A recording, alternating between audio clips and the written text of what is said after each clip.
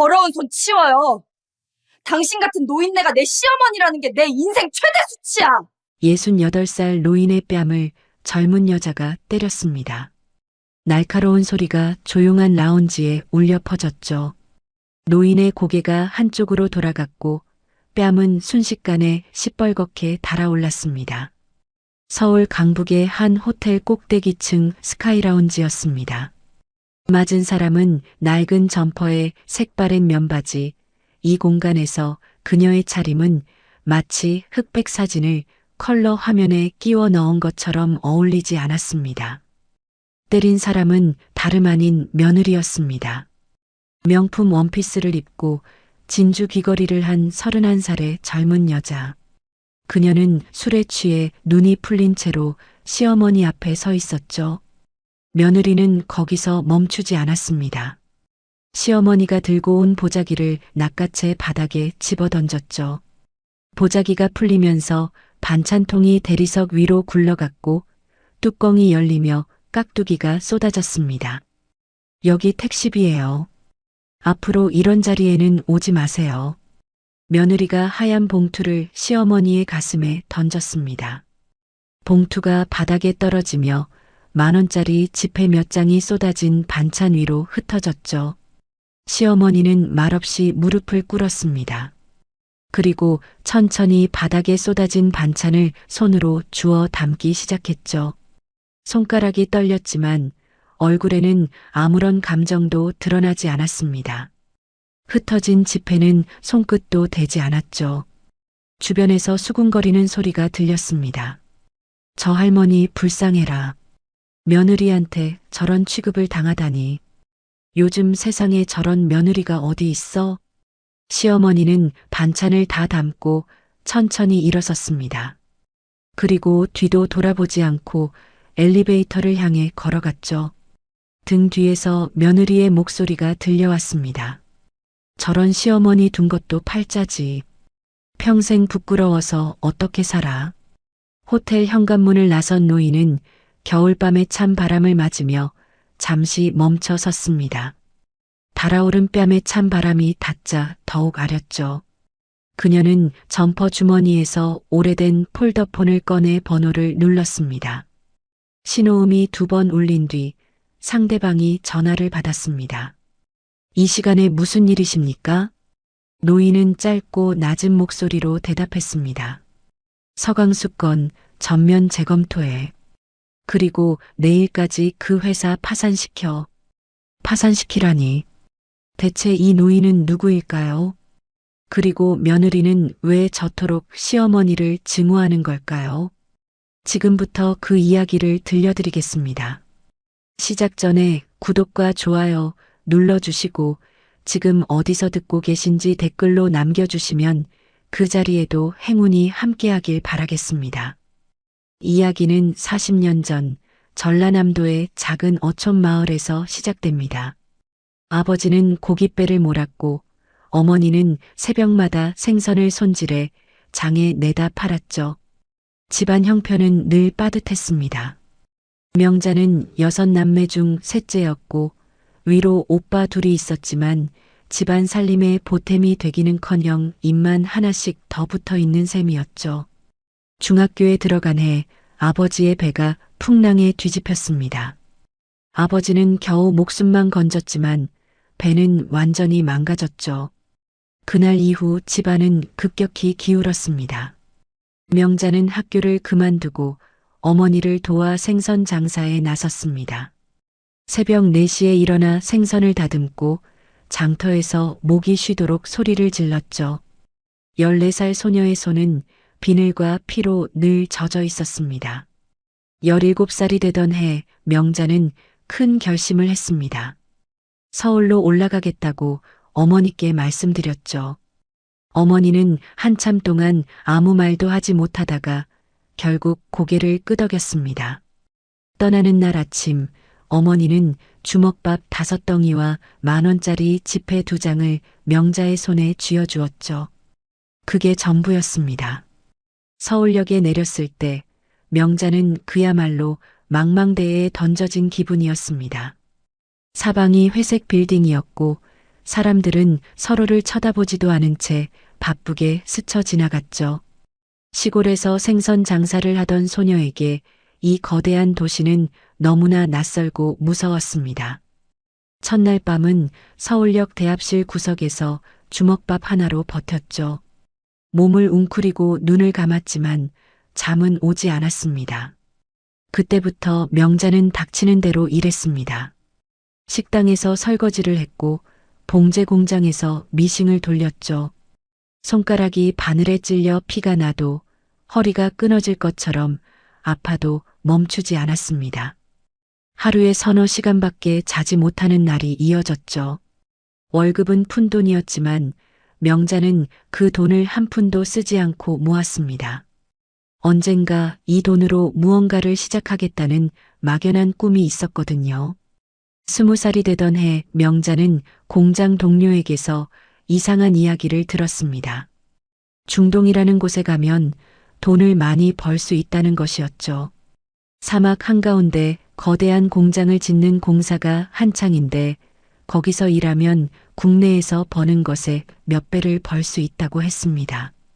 명자는 귀가 솔깃했죠. 하지만 쉽게 갈 수 있는 곳이 아니었습니다. 대부분 남자들만 뽑았고 여자는 취사나 세탁 같은 일에만 제한적으로 채용되었죠. 명자는 포기하지 않았습니다. 발품을 팔아 중동 파견 업체들을 찾아다녔고 수십 번의 거절 끝에 겨우 취사보조 자리를 얻었죠. 22살 되던 해 겨울, 명자는 생애 처음으로 비행기를 탔습니다. 목적지는 사우디아라비아의 어느 플랜트 현장이었죠. 비행기에서 내려 사막을 처음 봤을 때 명자는 숨이 막혔습니다. 끝이 보이지 않는 모래밭 위로 뜨거운 바람이 불어왔죠. 현장은 상상 이상으로 거칠었습니다. 거대한 철골 구조물이 하늘을 향해 솟아 있었고 수천 명의 노동자들이 개미처럼 움직이고 있었죠. 한국인도 있었고 필리핀 사람도 있었고 인도 사람도 있었습니다. 언어도 다르고 문화도 달랐지만 모두가 같은 목표를 향해 일하고 있었죠. 명자의 일은 식당에서 밥을 푸고 설거지를 하는 것이었습니다. 하지만 명자는 거기서 멈추지 않았죠. 쉬는 시간이면 현장을 돌아다니며 이것저것 물어보았습니다. 자재가 어디서 오는지, 누가 운반하는지, 통관은 어떻게 하는지, 납기가 왜 중요한지.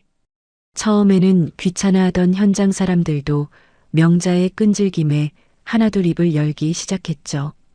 특히 명자가 관심을 가진 건 조달과 통관이었습니다. 현장에서 쓰이는 모든 자재는 어딘가에서 만들어져 배나 비행기로 운반되어 왔죠. 그 과정에서 수많은 서류가 오가고 세관을 통과해야 했습니다. 한번 납기가 늦어지면 현장 전체가 멈추는 일도 있었죠.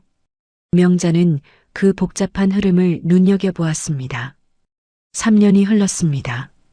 명자는 취사보조에서 식당 관리로 다시 현장 사무보조로 자리를 옮겼죠.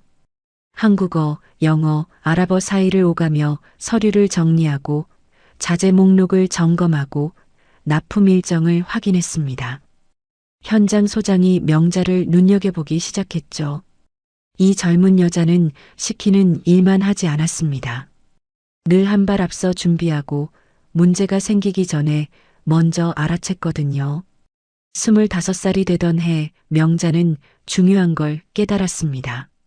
진짜 돈이 움직이는 곳은 삽질하는 현장이 아니라 자재를 조달하고 운반하는 뒷단이라는 것을요. 배 한 척 분량의 철근이 제때 도착하느냐 마느냐에 수십억 원이 걸려 있었죠. 그 흐름을 쥐고 있는 사람들이 진짜 큰 돈을 벌었습니다. 명자는 현장에서 만난 사람들과 관계를 쌓아갔습니다. 한국 업체 담당자, 현지 통관 브로커, 운송회사 사장들, 명함을 모으고 연락처를 적어두고 작은 부탁도 마다하지 않았죠. 누가 믿을만하고 누가 허풍쟁이인지 직접 겪으며 파악해 나갔습니다. 28살 되던 해 명자는 한국으로 돌아왔습니다. 손에는 6년간 모은 돈과 빼곡하게 적힌 수첩이 들려 있었죠. 그 수첩에는 중동 현장에서 만난 사람들의 연락처와 각종 정보가 담겨 있었습니다. 귀국 후 명자는 작은 사무실 하나를 얻었습니다. 서울 영등포의 낡은 건물 4층이었죠. 책상 2개와 전화기 1대가 전부였습니다. 간판도 없었고 직원도 없었죠. 명자 혼자서 모든 걸 해야 했습니다. 처음 시작한 일은 중동 프로젝트에 필요한 자재를 연결해주는 중개였습니다. 한국에서 철강제나 배관 자재를 만드는 업체가 있고 중동에서 그걸 필요로 하는 현장이 있었죠. 명자는 그 사이를 연결했습니다. 직접 물건을 만들거나 운반하지는 않았지만 누가 무엇을 필요로 하는지, 언제까지 필요한지, 어떤 조건이 붙는지를 꿰뚫고 있었죠. 첫 계약은 정말 작았습니다. 배관 연결 부품 한 컨테이너 분량이었죠. 수수료는 겨우 200만 원 정도였습니다. 하지만 명자는 그 작은 계약에도 최선을 다했죠. 납기보다 3일 먼저 물건을 보냈고 품질에 문제가 없는지 직접 공장에 가서 확인했습니다. 현장에서 연락이 왔습니다. 물건이 제때 도착했고 품질도 좋다는 것이었죠. 그 소문이 퍼졌습니다. 영등포의 작은 사무실에서 일하는 젊은 여자가 있는데 믿을 만하다는 이야기가 현장 사람들 사이에 돌기 시작했죠. 2번째 계약이 들어왔습니다. 3번째 계약이 들어왔습니다. 규모가 조금씩 커졌죠. 명자는 여전히 새벽부터 밤늦게까지 일했습니다. 팩스기 앞에서 잠이 든 적도 있었고 전화기를 붙들고 밤을 샌 적도 있었죠. 30살이 되던 해 명자의 사무실에는 직원이 3명으로 늘어났습니다. 책상도 6개가 되었죠. 간판도 달았습니다. 대명 상사. 크지 않았지만 중동자재 중개업계에서 명자의 이름은 서서히 알려지기 시작했습니다. 현장에서 직접 굴러온 사람, 약속을 반드시 지키는 사람, 문제가 생기면 끝까지 해결하는 사람. 그게 이명자라는 사람에게 붙은 꼬리표였죠. 명자가 가진 가장 큰 자산은 돈이 아니었습니다. 현장에서 쌓은 신뢰였죠. 그 신뢰가 하나둘 쌓이면서 작은 종잣돈은 눈덩이처럼 불어나기 시작했습니다. 30살의 대명상사라는 간판을 달았을 때 명자는 이게 시작에 불과하다는 걸 알고 있었습니다. 자재 중개만으로는 한계가 있었죠. 중개업자는 결국 양쪽 사이에서 연결만 해주는 역할이었습니다. 마진도 적었고 언제든 다른 업체로 대체될 수 있었죠. 진짜 큰 흐름을 주려면 물류와 통관까지 손을 뻗어야 했습니다. 32살 되던 해 명자는 중요한 결정을 내렸습니다. 중개만 하던 사업 구조를 완전히 바꾸기로 한 것이죠. 자재를 연결해 주는 것에서 한 발 더 나아가 운송과 통관까지 직접 관리하는 방식으로 확장했습니다. 현장에서 필요한 물건이 한국 공장을 떠나 중동 항구에 도착하고 세관을 통과해 현장까지 들어가는 전 과정을 한 번에 맡겠다는 것이었죠. 주변에서는 무모하다고 했습니다. 중개업체가 물류까지 손대면 리스크가 너무 크다고요. 배가 침몰하면 어쩔 거냐, 통관이 막히면 누가 책임지냐, 온갖 걱정이 쏟아졌죠. 하지만 명자는 현장을 알았습니다. 발주처 입장에서는 여러 업체와 따로따로 계약하는 것보다 한 곳에서 모든 걸 해결해 주는 게 훨씬 편하다는 거리요. 문제가 생겼을 때 책임 소재도 명확했죠. 이 업체 저 업체 서로 떠넘기는 일이 없으니까요. 명자는 중동 현장에서 알게 된 운송업체 사장을 찾아갔습니다. 김 사장이라는 사람이었죠. 50대 중반의 거친 인상을 가진 남자였는데 중동 물류업계에서 20년 넘게 굴러온 베테랑이었습니다. 목소리가 크고 성질이 급했지만 일처리만큼은 깔끔하기로 유명했죠. 같이 일하자고요?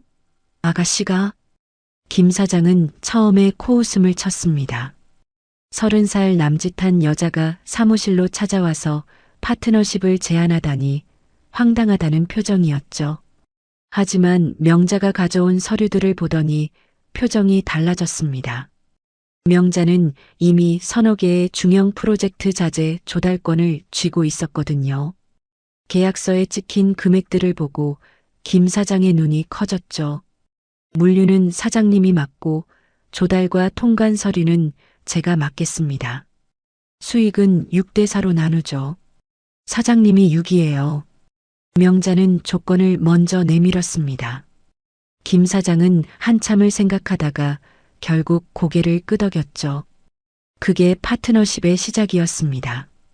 협력 구조가 만들어지자 일이 터지기 시작했습니다. 한국에서 자재를 실은 배가 출발하면 명자는 서류 작업을 미리 끝내 놓았죠. 통관에 필요한 인보이스, 패킹 리스트, 원산 지증명서 같은 것들을 빠짐없이 준비해서 현지 세관에 미리 보내놓았습니다. 배가 중동 항구에 도착했을 때 통관이 바로 진행될 수 있도록요. 다른 업체들은 항구에서 며칠씩 묵기는 일이 많았습니다. 서류가 안 맞아서, 검사가 늦어져서 이런저런 이유로 화물이 창고에 쌓여 있었죠. 하지만 명자가 맡은 화물은 달랐습니다. 도착 이틀 안에 현장으로 빠졌죠. 현장 소장들 입장에서는 이게 얼마나 고마운 일인지 몰랐습니다. 자재가 하루만 늦어도 공정 전체가 밀리는 게 플랜트 현장이었거든요. 입소문이 퍼졌습니다. 대명 상사에 맡기면 납기가 안 밀린다는 이야기가 현장 사이에서 돌기 시작했죠. 한 현장에서 좋은 소리가 나면 같은 발주처의 다른 현장에서도 연락이 왔습니다. 계약이 계약을 물고 들어왔죠. 35살이 되던 해 대명 상사는 직원이 20명을 넘어섰습니다. 사무실도 영등포의 낡은 건물에서 여의도 근처의 깔끔한 오피스 빌딩으로 옮겼죠. 명자는 조달과 물류를 넘어 하도급 관리와 보험, 리스크 컨설팅까지 영역을 넓혀갔습니다. 중동 프로젝트라는 게 워낙 규모가 컸기 때문에 한 것만 제대로 성사시켜도 수십억 원이 움직였죠. 거기서 나오는 수수료와 마진이 쌓이고 쌓였습니다. 명자는 그 흐름의 한가운데 서 있었습니다.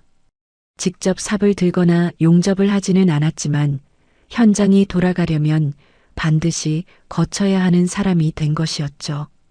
40살이 되던 해 명자는 회사 이름을 바꿨습니다. 대명 상사에서 대명 인프라로, 단순한 상사가 아니라 인프라 전체를 다루는 회사라는 의미였죠. 매출은 연간 500억 원을 넘어섰고 중동뿐 아니라 동남아시아와 아프리카 프로젝트까지 손을 뻗기 시작했습니다. 직원 수는 100명을 넘겼고 해외 지사도 2곳이나 생겼죠.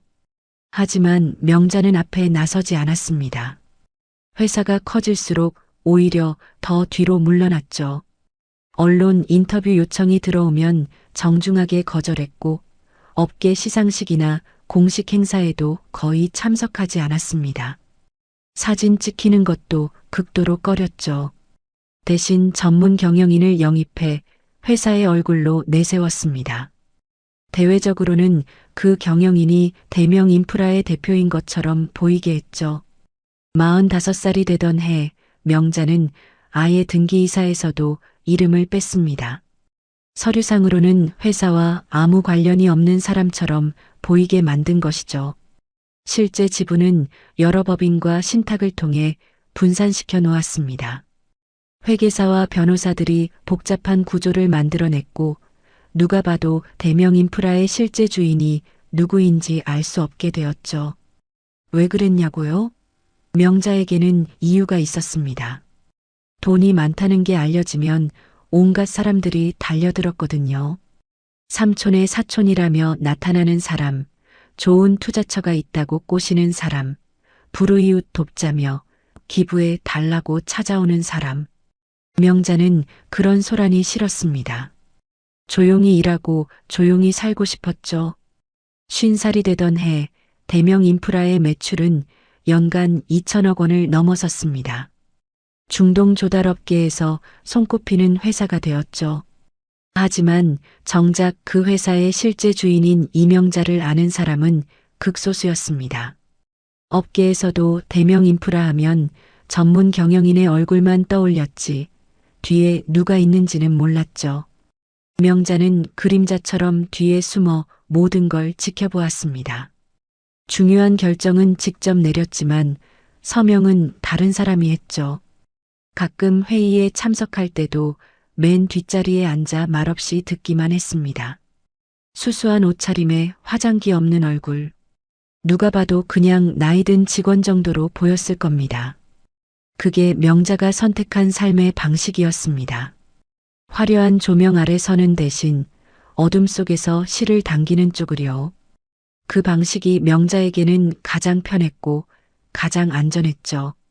명자가 36살 되던 해 인생에서 가장 큰 변화가 찾아왔습니다. 아이가 생긴 것이었죠. 남편은 중동 현장에서 만난 사람이었습니다. 같은 프로젝트에서 일하던 엔지니어였죠. 과묵하고 성실한 사람이었습니다. 명자처럼 시골 출신이었고 명자처럼 맨손으로 올라온 사람이었죠. 둘은 서로의 과거를 묻지 않았습니다. 그저 지금 여기서 어떻게 살아가느냐만 중요했죠. 결혼은 조용히 했습니다. 식장도 빌리지 않고 하객도 부르지 않았죠. 구청에서 혼인신고만 하고 작은 식당에서 둘이서 밥을 먹었습니다.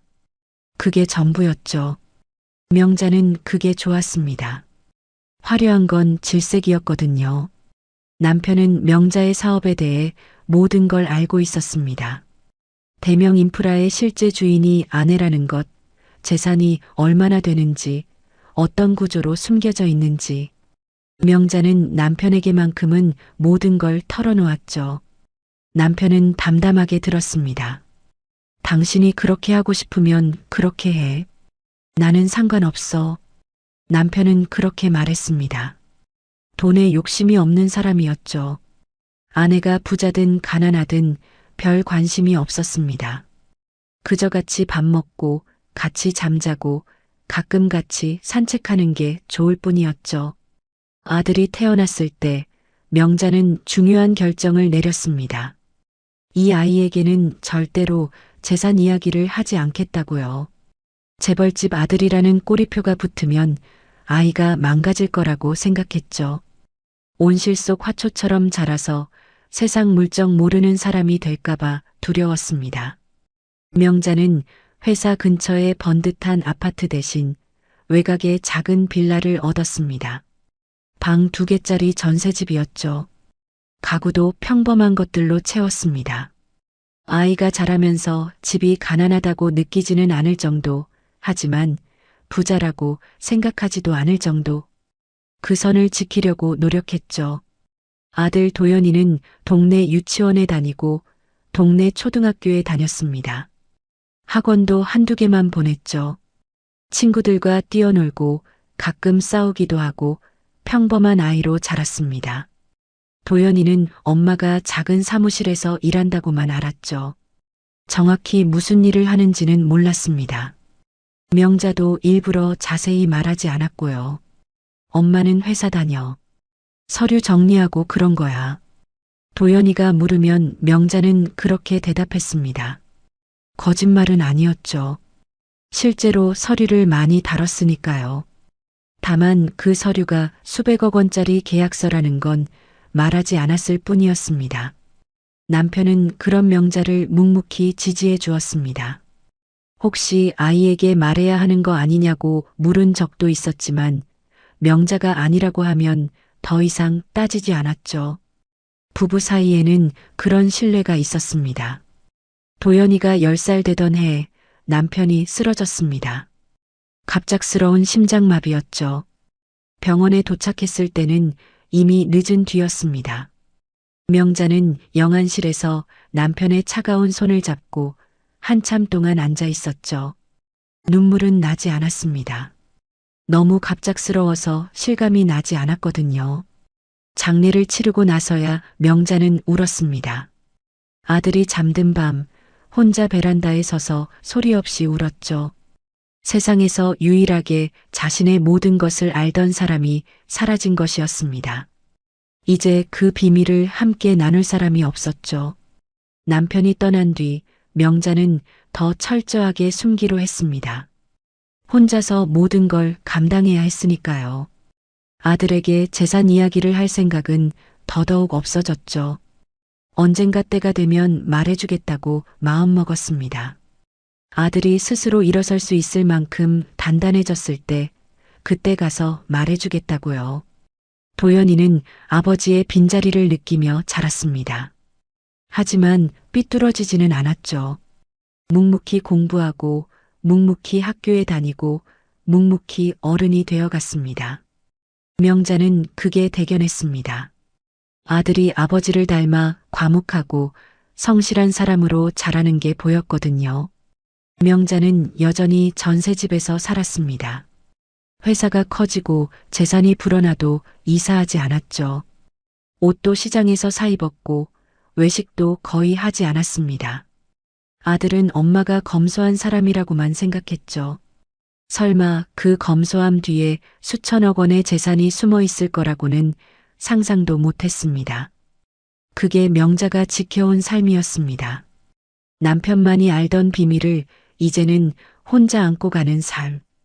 아들에게 평범한 어머니로 남기 위해 모든 걸 숨기는 삶. 외롭지 않았냐고요? 외로웠죠. 하지만 그게 아들을 위한 길이라고 믿었습니다. 도연이가 29살 되던 해 결혼하겠다며 여자를 데려왔습니다. 서지연이라는 이름이었죠. 첫 만남은 명자의 전세집에서 이루어졌습니다. 도연이가 며칠 전에 미리 전화를 해서 여자친구를 데려오겠다고 했죠. 명자는 그날 아침 일찍 일어나 집 안 구석구석을 청소했습니다. 오래된 빌라라 아무리 청소해도 티가 나지 않았지만 그래도 정성껏 닦고 또 닦았죠. 간단한 음식도 준비했습니다. 떡볶이와 잡채, 계란찜, 그리고 직접 담근 깍두기. 거창한 건 아니었지만 새벽부터 준비한 것들이었죠. 오후 2시쯤 현관문이 열리고 도연이가 들어왔습니다. 그 뒤로 젊은 여자가 따라 들어왔죠. 첫인상은 나쁘지 않았습니다. 또렷한 이목구비에 단정한 옷차림이었죠. 머리카락은 깔끔하게 묶여 있었고 옷은 비싸 보이지만 튀지 않는 스타일이었습니다. 웃는 얼굴로 허리를 숙여 인사를 했죠. 안녕하세요, 어머니. 서지연이라고 합니다. 도연 씨한테 많이 들었어요. 목소리는 밝았고 태도는 공손했습니다. 명자는 며느리감을 맞이하며 미소를 지었죠. 하지만 마음 한쪽에서 뭔가 걸리는 게 있었습니다. 지연의 눈빛이었죠. 입은 웃고 있는데 눈은 웃지 않았습니다. 그 눈이 명자의 얼굴을 스쳐 지나가더니 방 안을 빠르게 훑었죠. 낡은 장롱, 색이 바랜 소파, 얼룩진 벽지. 지연의 시선이 그것들 위에 잠시씩 머물렀습니다. 여기서 사세요? 지연이 물었습니다. 질문 자체는 자연스러웠지만 그 안에 담긴 뉘앙스가 미묘했죠. 놀랍다기보다는 확인한다는 느낌에 가까웠습니다. 명자는 담담하게 대답했죠. 응, 오래됐어. 도연이 어릴 때부터 여기 살았어. 20년 넘었네. 지연은 고개를 끄덕이며 권유받은 자리에 앉았습니다. 소파 쿠션이 푹 꺼졌죠. 지연은 살짝 불편한 표정을 지었다가 이내 감추었습니다. 명자는 그 순간의 표정 변화를 놓치지 않았죠. 명자가 준비한 음식이 차려진 식탁으로 자리를 옮겼습니다. 지연은 음식들을 보더니 환하게 웃었죠. 와, 맛있겠다. 어머니가 직접 만드셨어요? 정말 대단하세요. 칭찬이었습니다. 하지만 명자는 그 칭찬이 진심인지 확신할 수 없었죠. 말투가 너무 매끄러웠습니다. 뭔가 연습한 것 같은 계산된 느낌이 있었죠. 식사를 하면서 대화가 이어졌습니다. 도연이가 어색함을 풀려고 이런저런 말을 꺼냈고 지연도 적극적으로 대화에 참여했죠. 자연스럽게 지연의 집안 이야기가 나왔습니다. 저희 아버지는 무역회사를 운영하세요. 어머니는 예전에 대학에서 강의를 하셨고요. 지금은 그만두셨지만요. 지연은 자신의 배경을 설명했습니다. 강남에서 자랐고 외국어 고등학교를 나왔고 해외에서 유학도 했다고요. 말할 때마다 은근히 자부심이 묻어났죠. 아버지 회사가 중동 쪽이랑 거래를 많이 해요. 건설 자재 쪽으로요. 요즘 경기가 좀 안 좋긴 한데 그래도 규모가 있는 편이에요. 지연이 그렇게 말했을 때 명자의 귀가 번쩍했습니다. 중동 건설 자재 무역이라 혹시 자신의 회사와 연결된 곳일 수도 있었죠. 업계가 그렇게 넓지 않았으니까요. 하지만 내색하지 않았습니다. 그렇구나. 대단하네. 회사 운영이 쉽지 않을 텐데. 명자는 짧게 대답하고 넘어갔습니다. 지연은 그 반응에 만족한 듯 살짝 미소를 지었죠. 그날 이후 지연은 종종 찾아왔습니다. 도연이와 함께 올 때도 있었고 가끔은 혼자 올 때도 있었죠. 처음 몇 번은 예의 바르게 행동했습니다. 인사도 깍듯이 했고 명자가 주는 음식도 맛있다며 먹었죠. 집안 청소를 도와주겠다고 나서기도 했습니다. 하지만 시간이 지나면서 조금씩 달라지기 시작했습니다. 질문이 이상해졌죠. 어머니, 이 집 보증금이 얼마예요? 어느 날 지연이 불쑥 물었습니다. 명자는 순간 당황했지만 티를 내지 않았죠. 왜 그걸 물어보니? 그냥 궁금해서요. 요즘 이 동네도 집값이 좀 올랐다던데 어머니도 이참에 다른 데로 옮기시면 어떨까 해서요. 더 좋은 데로요. 말은 걱정하는 것처럼 들렸지만 속내는 달랐습니다. 명자는 직감적으로 알았죠. 이 며느리는 시어머니의 재산을 파악하려고 하는 것이었습니다. 보증금이 얼마인지 그 외에 뭐가 있는지 하나씩 알아내려는 것이죠. 글쎄, 여기가 편해서 이사할 생각은 없어. 명자가 단호하게 대답하자 지연의 표정이 살짝 굳어졌습니다. 하지만 이내 미소를 지으며 넘어갔죠. 네, 어머니가 편하신 게 제일 중요하죠. 그냥 걱정이 돼서 여쭤본 거예요. 그 뒤로도 지연은 틈만 나면 재산에 관한 이야기를 꺼냈습니다. 혹시 보험 들어놓은 거 있냐? 적금은 좀 하시냐? 노후 대비는 어떻게 생각하시냐? 노인 요양 문제도 물었죠. 나중에 몸이 안 좋아지시면 어떻게 하실 거냐고요. 처음에는 걱정해 주는 줄 알았던 도연이도 점점 이상하다는 걸 눈치챘습니다. 엄마, 지연이가 왜 자꾸 그런 거 물어봐? 좀 이상하지 않아? 도연이가 어느 날 조심스럽게 물었습니다. 명자는 웃으며 대답했죠. 글쎄, 효도하려고 그러는 거 아니겠니? 신경 쓰지 마. 속으로는 한숨이 나왔지만 아들 앞에서 며느리 험담은 하고 싶지 않았습니다. 아직은 지켜볼 때라고 생각했죠. 단정 짓기엔 이르다고요. 결혼식은 지연의 집안 쪽에서 주도했습니다. 강남의 유명 호텔 웨딩홀을 예약했고 하객도 300명 가까이 초대했죠. 식순도 화려했고 피로연 음식도 고급이었습니다. 비용이 상당히 들었는데 지연의 부모는 명자 쪽에서도 분담하기를 원했습니다. 물론 저희가 주도하니까 더 많이 내죠. 하지만 사돈 어른도 조금은 보태셔야 하지 않겠어요? 양쪽 다 체면이 있으니까요. 지연의 어머니가 그렇게 말했습니다. 명자는 아무 말 없이 요청한 금액을 보냈죠. 적지 않은 돈이었지만 내색하지 않았습니다. 그 돈이 어디서 나왔는지 아무도 궁금해하지 않았죠. 전세 사는 노인이 그런 돈을 어떻게 마련했는지 물어보는 사람은 없었습니다. 결혼식 날 명자는 일부러 수수한 한복을 입고 갔습니다. 옷장 안쪽에 걸어둔 비싼 예복은 꺼내지도 않았죠. 화장도 연하게 했고 장신구도 달지 않았습니다. 지연의 어머니는 금박이 들어간 화려한 한복에 금팔찌와 진주 목걸이를 하고 나타났죠. 명자를 보자마자 위아래로 훑더니 인상을 찌푸렸습니다. 사돈, 평소에도 이렇게 입으세요? 말투에 가시가 있었습니다. 명자는 웃으며 대답했죠. 편한 게 좋아서요. 지연의 어머니는 코웃음을 쳤습니다. 옆에 있던 지연도 민망하다는 표정을 숨기지 못했죠. 그 순간 명자는 알았습니다. 이 결혼 생활이 순탄하지 않을 거라는 것을요.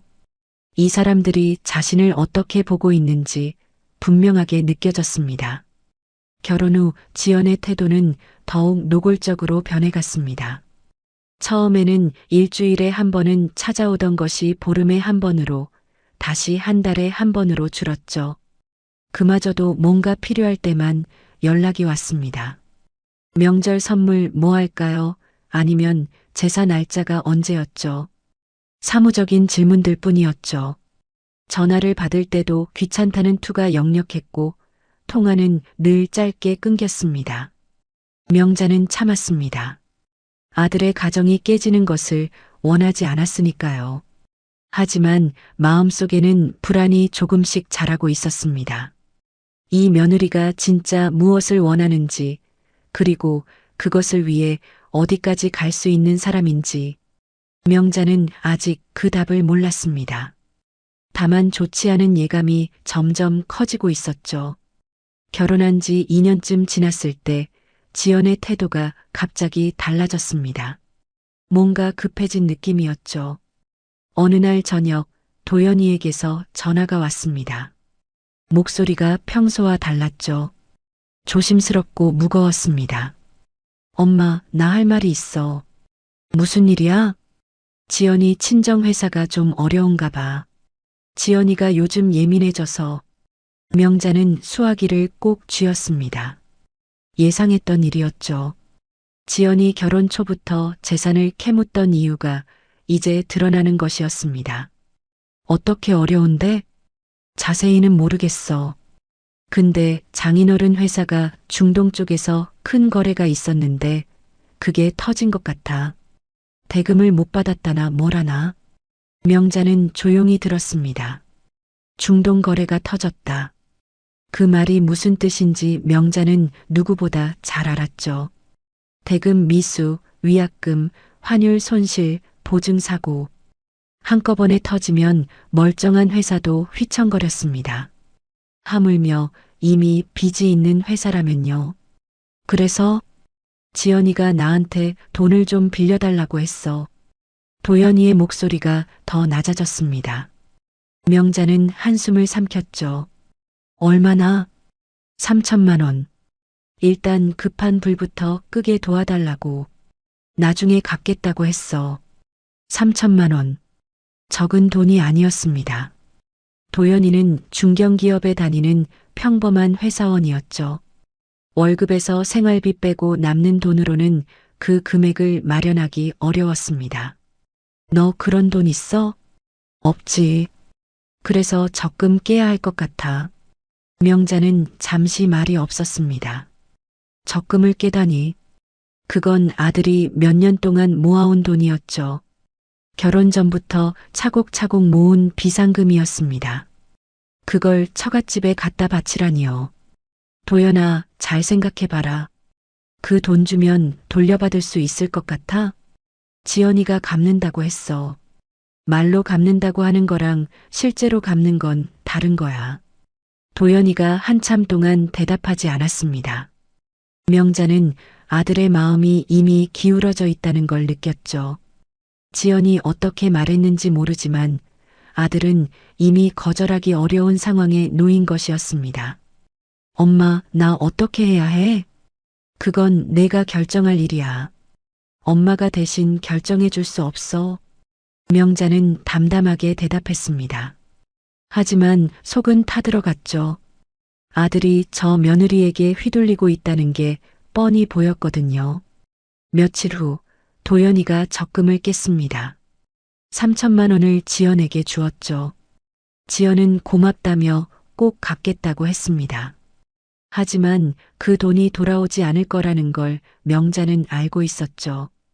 그리고 예상대로 한 달 뒤 지연이 다시 손을 벌렸습니다. 이번에는 더 큰 금액이었죠. 오빠 미안한데 5천만 원만 더. 이번에 은행 대출 막아야 하는데 이것만 넘기면 괜찮아질 거야.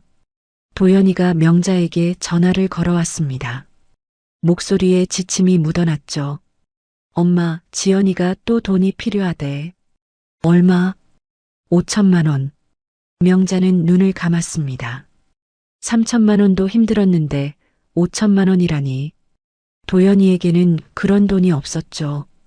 도연아, 이번에는 안 된다고 해. 근데 지연이가 진짜 힘들어하는 것 같아. 요즘 잠도 못 자고. 힘들면 다른 방법을 찾아야지. 내 돈으로 처갓집 빚을 막을 수는 없어. 엄마는 왜 그렇게 냉정해? 도연이의 목소리에 날이 섰습니다. 명자는 가슴이 철렁했죠. 아들이 며느리 편을 드는 것이었습니다. 냉정한 게 아니라 걱정이 돼서 그래. 이런 식으로 끝도 없이 돈을 대주면 너희 가정이 위험해져. 지연이네가 무너지면 우리 가정도 위험해지는 거야. 도연이가 끊었습니다. 신호음만 울렸죠. 명자는 수화기를 내려놓고 한참 동안 창밖을 바라보았습니다. 하늘이 흐렸죠. 아들이 저렇게까지 지연의 편을 든다는 게 마음이 아팠습니다. 하지만 더 마음이 아픈 건 아들이 속고 있다는 것이었죠. 지연은 처음부터 도연이의 돈이 목적이 아니었습니다. 도연이에게는 큰 돈이 없다는 걸 지연도 알았죠. 진짜 목표는 따로 있었습니다. 며칠 뒤 명자의 휴대폰이 울렸습니다. 지연이었죠. 어머니, 저 지연이에요. 말씀드릴 게 있어서요. 목소리가 평소와 달랐습니다. 한결 부드럽고 다정했죠. 명자는 직감적으로 알았습니다. 이제 본격적으로 시작되는구나. 그래, 무슨 일이니? 어머니, 요즘 건강은 괜찮으세요? 제가 요즘 바빠서 자주 못 찾아뵈었는데 죄송해요. 안부치고는 너무 뜬금없었습니다. 명자는 대답 없이 기다렸죠.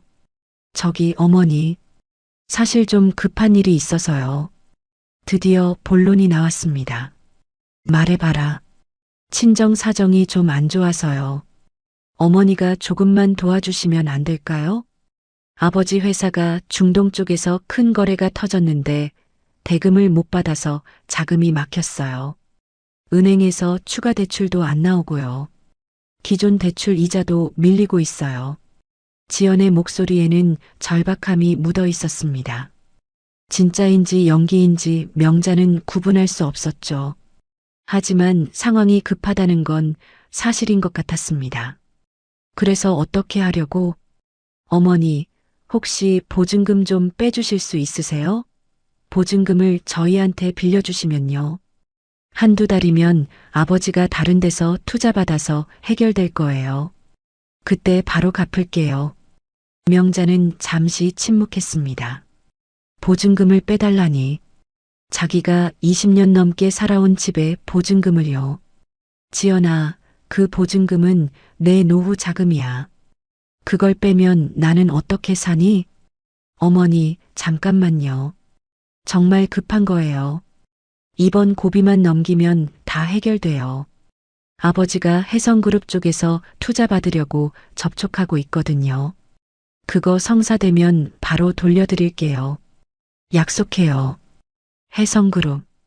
그 이름이 나오자 명자의 눈빛이 변했습니다. 하지만 내색하지 않았죠. 그래도 어렵겠다. 미안하다. 지연의 말투가 점점 빨라졌습니다. 급하다는 게 느껴졌죠. 어머니, 저 진짜 지금 힘들어요. 엄마 아빠가 밤잠을 못 자요. 아버지 얼굴이 반쪽이 됐어요. 제발 도와주세요. 호소하는 톤이었습니다. 하지만 명자는 흔들리지 않았죠. 미안하다, 지연아. 도와주고 싶은 마음은 있는데 그건 어려울 것 같구나. 전화기 너머로 지연의 숨소리가 거칠어지는 게 들렸습니다. 잠시 침묵이 흘렀죠. 어머니, 진심이세요? 정말 안 도와주신다고요? 응, 진심이야. 도연 오빠는 적금까지 깨서 저희 도와줬는데 어머니는 안 도와주신다고요? 며느리 친정이 망하게 생겼는데 목소리에 날이 서기 시작했습니다. 다정하던 톤이 싸늘하게 변했죠. 명자는 담담하게 대답했습니다. 도연이가 준 돈은 도연이가 결정한 거야. 내 돈은 내가 결정해. 그 보증금이 얼마나 된다고요? 겨우 몇 천만 원 가지고 이러시는 거예요? 진짜 이해가 안 되네요. 그 몇 천만 원이 내 전 재산이야. 그게 없으면 나는 길바닥에 나앉아. 명자는 거짓말을 했습니다. 사실 그 보증금은 명자 재산의 1/1000도 되지 않았죠. 하지만 지연은 그걸 몰랐습니다. 지연이 아는 시어머니는 전세집에 사는 가난한 노인이었으니까요. 어머니, 저 진짜 지금 절박해요. 한 번만 생각해 주세요. 지연의 목소리가 다시 애원하는 톤으로 바뀌었습니다. 변화가 너무 빨랐죠. 화를 내다가 다시 사정하다가 명자는 그 변화를 지켜보며 마음을 굳혔습니다. 미안하다. 다른 방법을 찾아봐라. 전화가 끊겼습니다. 지연이 먼저 끊었죠. 아무 인사도 없이 명자는 휴대폰 화면을 내려다보며 한숨을 쉬었습니다. 그날 저녁 도연이에게서 전화가 왔습니다. 목소리가 좋지 않았죠. 평소보다 무겁고 날카로웠습니다. 엄마, 지연이한테 들었어. 보증금 안 빌려준다면서? 응. 왜? 엄마도 좀 도와주면 안 돼? 지연이 친정이 진짜 어려워. 도연아, 그 돈은 내 노후 자금이야. 그걸 빌려주면 나는 뭘 먹고 살아? 엄마 국민연금 나오잖아. 그거 받으면서 살면 되지. 그리고 지연이네가 곧 투자 받는데 그때 바로 갚는다잖아. 도연이는 완전히 지연의 말을 믿고 있었습니다. 명자는 마음이 무거워졌죠. 도연아, 세상에 곧 갚는다는 말처럼 믿으면 안 되는 말이 없어. 돈 빌려주고 못 받은 사람이 얼마나 많은지 알아? 친척 간에도 돈 때문에 원수되는 경우가 허다해. 지연이가 그럴 리 없어. 우리 가족인데. 가족이니까 더 조심해야 해. 돈 문제는 가족이라고 예외가 아니야. 도연이가 한숨을 쉬었습니다. 길고 무거운 한숨이었죠. 엄마는 왜 항상 지연이를 안 좋게 봐? 지연이가 엄마한테 뭘 잘못했는데? 잘못했다고 한 적 없어. 그냥 조심하라는 거야. 엄마 말은 항상 그래. 걱정한다면서 결국 지연이 편은 안 들어주잖아. 내 아내인데. 도연이의 목소리에 원망이 섞여 있었습니다. 명자는 가슴이 아팠죠. 아들이 며느리와 어머니 사이에서 갈등하고 있다는 게 느껴졌습니다. 그리고 그 갈등에서 아들은 점점 며느리 쪽으로 기울고 있었죠. 도연아, 엄마는 내 편이야. 그거 알지? 지연이 편은 안 들어주면서 내 편이라고요? 지연이가 힘들면 나도 힘든 거예요. 지연이 편을 안 드는 게 아니야. 무리한 부탁은 거절한 거야. 내 편이니까 내 가정이 망하는 걸 막으려는 거야. 망한다니요? 지연이네 도와주는 게 왜 우리 가정이 망하는 거예요? 이해가 안 되네. 도연이가 끊었습니다. 또 먼저 끊었죠. 인사도 없이. 명자는 창밖을 바라보았습니다. 밤하늘에 별이 보이지 않았죠. 도시의 불빛에 가려져 있었습니다. 마음도 그랬습니다. 뭔가에 가려져서 앞이 보이지 않았죠. 아들이 며느리의 본색을 모르고 있다는 게 답답했습니다. 지연이 돈만 보고 있다는 걸, 시어머니를 이용하려 한다는 걸 명자는 느끼고 있었죠. 하지만 직접 말해줄 수도 없었습니다. 증거가 없었으니까요. 그냥 느낌뿐이었습니다. 느낌만으로 며느리를 비난할 수는 없었죠. 명자는 기다리기로 했습니다. 언젠가 지연의 본색이 드러날 거라고 생각했죠. 그때 가서 아들이 깨달을 거라고요. 다만 그날이 너무 늦지 않기를 바랄 뿐이었습니다. 아들이 돌이킬 수 없는 상처를 받기 전에 깨달았으면 했죠.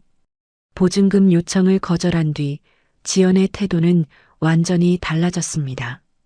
전화도 없었고 문자도 없었죠. 명절이 다가와도 연락 한 통 없었습니다. 도연이가 가끔 전화를 걸어왔지만 통화는 늘 짧았고 어색했죠. 그러던 어느 날 도연이에게서 연락이 왔습니다. 엄마, 다음 주 토요일에 양가 모임 있어. 지연이 부모님이 자리를 마련했대. 양가 모임? 응. 결혼하고 제대로 모인 적이 없잖아. 이번에 얼굴 좀 보자고. 명자는 이상한 느낌이 들었습니다. 갑자기 웬 양가 모임일까요? 지연이 보증금 요청을 거절당한 뒤로 연락도 안 하던 사람들이 갑자기 모임을 잡다니요. 어디서 하는데? 강북에 있는 호텔이래. 라운지에서 저녁 먹으면서. 호텔 라운지. 거창한 장소였습니다. 명자는 뭔가 있다는 걸 직감했죠. 알았어. 가마. 명자는 전화를 끊고 생각에 잠겼습니다. 왜 이 시점에 모임을 잡았을까? 지연의 친정이 투자를 받으려 했다던 혜성그룹. 그게 대명 인프라의 자회사였죠. 명자가 숨어서 운영하는 회사였습니다. 혹시 지연의 아버지가 투자건으로 무언가 진행하고 있는 걸까요? 그래서 양가 모임을 빌미로 뭔가를 꾸미는 걸까요? 명자는 결심했습니다. 이 자리에서 지연의 본색을 확인하겠다고요. 그래서 일부러 가장 수수한 옷을 골랐죠. 시장에서 산 면바지와 오래된 점퍼. 화장도 하지 않았고 장신구도 달지 않았습니다. 지연이 정말 사람을 외모로 판단하는지 돈으로 판단하는지 시험해 보기로 한 것이었죠. 토요일 저녁 명자는 호텔에 도착했습니다. 엘리베이터를 타고 꼭대기층으로 올라갔죠. 문이 열리자 화려한 라운지가 펼쳐졌습니다. 샹들리에가 빛나고 대리석 바닥이 반짝이고 정장 차림의 손님들이 와인잔을 기울이고 있었죠. 명자의 차림은 그 공간에서 완전히 이질적이었습니다. 사람들의 시선이 슬쩍슬쩍 쏠렸죠. 안내 직원도 명자를 보고 살짝 당황한 표정을 지었습니다. 손님, 어디로 안내해 드릴까요? 예약된 테이블이 있어요. 서강수 씨 이름으로. 직원이 목록을 확인하더니 고개를 끄덕였습니다. 명자를 안쪽 테이블로 안내했죠. 테이블에는 이미 사람들이 앉아 있었습니다. 지연의 아버지 서강수와 어머니, 그리고 도연이와 지연. 지연의 부모 옆에는 낯선 사람 2명이 더 있었죠. 양복을 입은 중년 남자들이었습니다. 아마 서강수가 따로 초대한 사업 관계자들인 것 같았습니다. 명자가 다가가자 테이블의 대화가 멈췄습니다. 투자자로 보이는 2 남자가 명자를 힐끗 쳐다보더니 고개를 돌렸죠. 그들 눈에 명자는 그저 어디서 길을 잘못 들어온 촌스러운 노인으로 보였을 겁니다. 대명 인프라의 실제 주인이 바로 눈앞에 서 있다는 건 상상도 못했겠죠. 지연이 명자를 보더니 얼굴이 굳어졌습니다. 그런데 뭔가 이상했죠. 지연의 눈이 풀려 있었고 볼이 붉게 달아올라 있었습니다. 테이블 위에는 빈 와인잔이 여러 개 놓여 있었죠. 명자가 도착하기 전부터 지연은 이미 상당히 취해 있었던 것이었습니다. 어머니, 오셨어요. 지연의 목소리는 평소보다 더 날카로웠습니다. 술 기운이 섞여 있었죠. 응, 왔어. 명자가 빈자리에 앉으려 하자 지연이 갑자기 비틀거리며 일어섰습니다. 어머니, 잠깐만요. 지연이 명자를 테이블에서 조금 떨어진 곳으로 데려갔습니다. 걸음이 약간 휘청거렸죠. 술 냄새가 코를 찔렀습니다. 어머니, 오늘 자리가 어떤 자리인지 아세요? 저기 앉아 계신 분들이 아버지 사업 파트너예요. 투자 논의하려고 오신 분들이라고요. 그래서 그런 자리에 이런 옷을 입고 오시면 어떡해요? 우리 집안 체면이 있지. 지연의 말투가 점점 거칠어졌습니다. 술이 들어가니 평소에 숨기던 본심이 그대로 드러나고 있었죠. 옷이 뭐가 중요하니? 사람을 보는 거지. 사람을 보려면 먼저 옷을 보는 거예요. 첫인상이 다잖아요. 어머니는 그것도 모르세요? 지연의 목소리가 점점 높아졌습니다. 주변 테이블에서 슬슬 시선이 모이기 시작했죠. 투자자들도 이쪽을 힐끗힐끗 쳐다보았습니다. 그들 눈에는 그저 술 취한 젊은 여자가 촌스러운 노인에게 뭐라고 하는 장면으로 보였을 겁니다. 지연아, 목소리 낮춰라. 목소리요? 지금 창피한 건 저라고요. 저런 분들 앞에서 우리 시어머니가 이런 행색으로 나타났는데. 지연이 테이블을 가리켰습니다. 서강수와 투자자들이 이쪽을 보고 있었죠. 서강수의 표정도 좋지 않았습니다. 투자자들은 불편한 듯 서로 눈짓을 주고받았죠. 명자는 아무 말 없이 테이블로 돌아갔습니다. 자리에 앉자 어색한 침묵이 흘렀죠. 서강수가 헛기침을 하며 투자자들에게 말을 건넸습니다. 죄송합니다. 집안 어른이라 좀. 투자자 중 한 명이 시계를 힐끗 보며 말했습니다. 서 사장님, 저희 일정이 있어서 먼저 일어나 봐야 할 것 같습니다. 분위기가 완전히 깨져 있었죠. 투자자들은 서둘러 자리에서 일어났습니다. 형식적인 인사만 하고 라운지를 빠져나갔죠. 그들은 명자가 누구인지 전혀 몰랐습니다. 그저 불쾌한 가족 행사에 끼어든 것 같아서 빨리 벗어나고 싶었을 뿐이었죠. 투자자들이 떠나자 서강수의 얼굴이 시뻘겋게 변했습니다. 이게 다 누구 때문이야? 서강수가 명자를 노려보았습니다. 지연의 어머니도 한마디 거들었죠. 사돈, 오늘 왜 이런 차림으로 오신 거예요? 이런 자리에서 체면을 생각하셔야죠. 명자는 조용히 앉아 있었습니다. 대답할 필요를 느끼지 못했죠. 지연이 비틀거리며 다가왔습니다. 취기가 더 올랐는지 눈이 완전히 풀려 있었죠.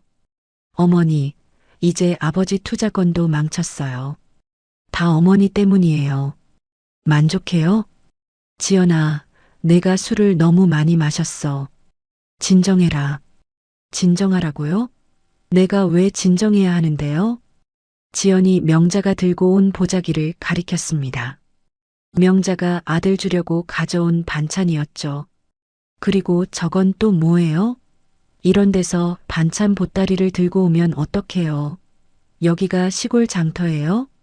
지연이 휘청거리며 보자기를 낚아챘습니다.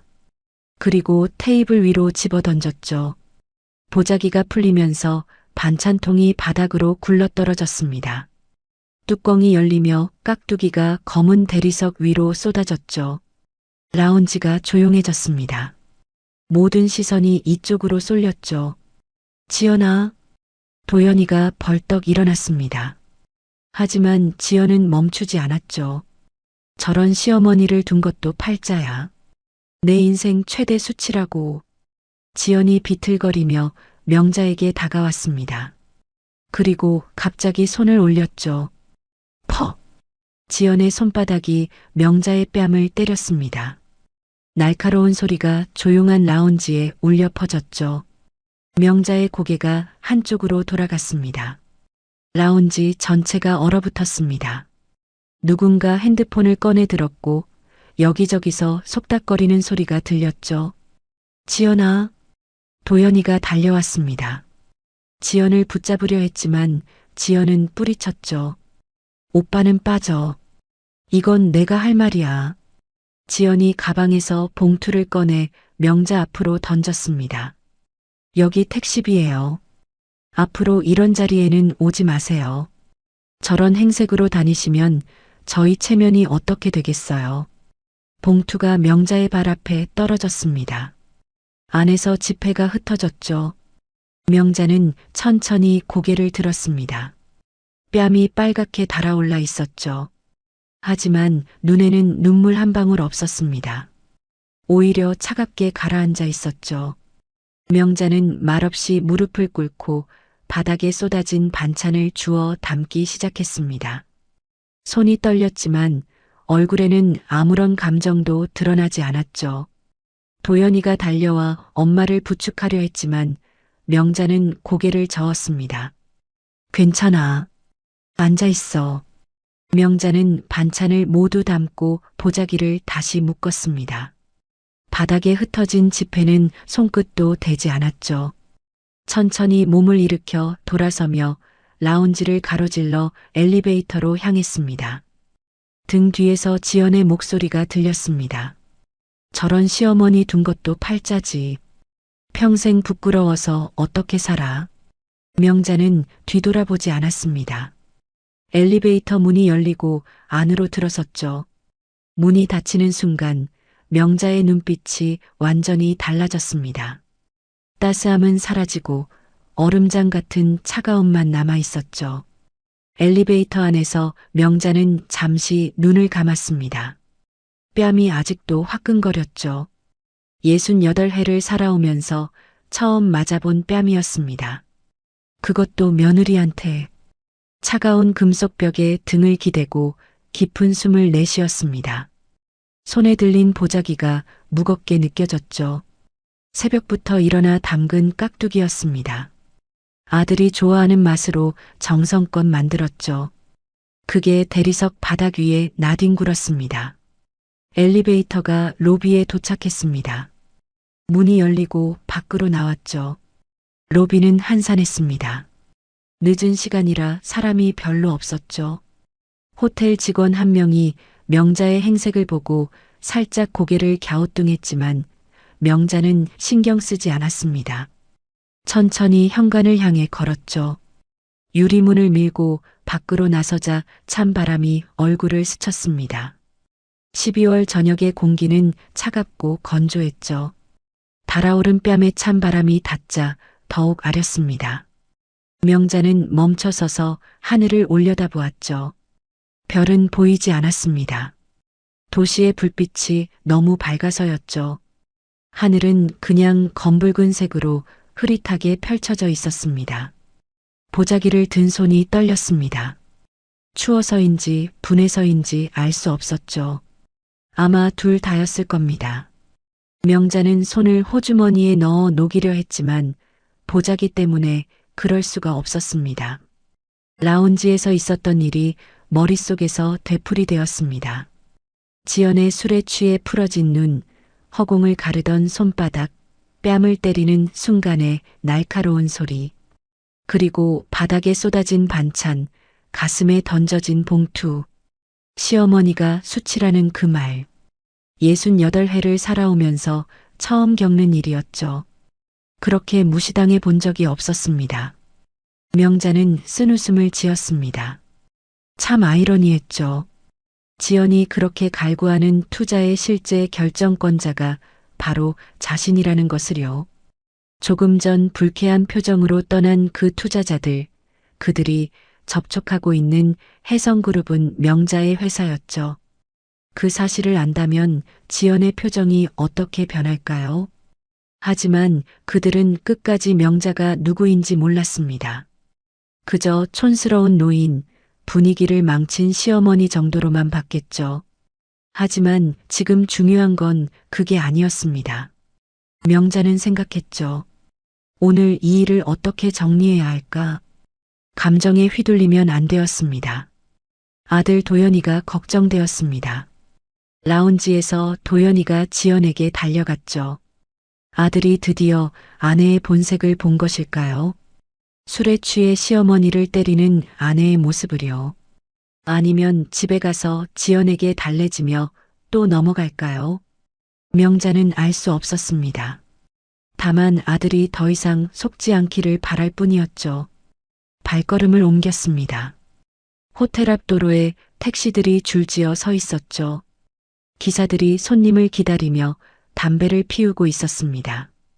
명자는 택시를 잡지 않았죠. 걷고 싶었거든요. 찬바람을 맞으며 생각을 정리할 시간이 필요했습니다. 거리를 걸으며 명자는 마음을 다잡았습니다. 오늘 있었던 일은 분명 치욕이었죠. 사람들 앞에서 반찬통이 쏟아지고 뺨을 맞고 돈봉투가 던져졌습니다.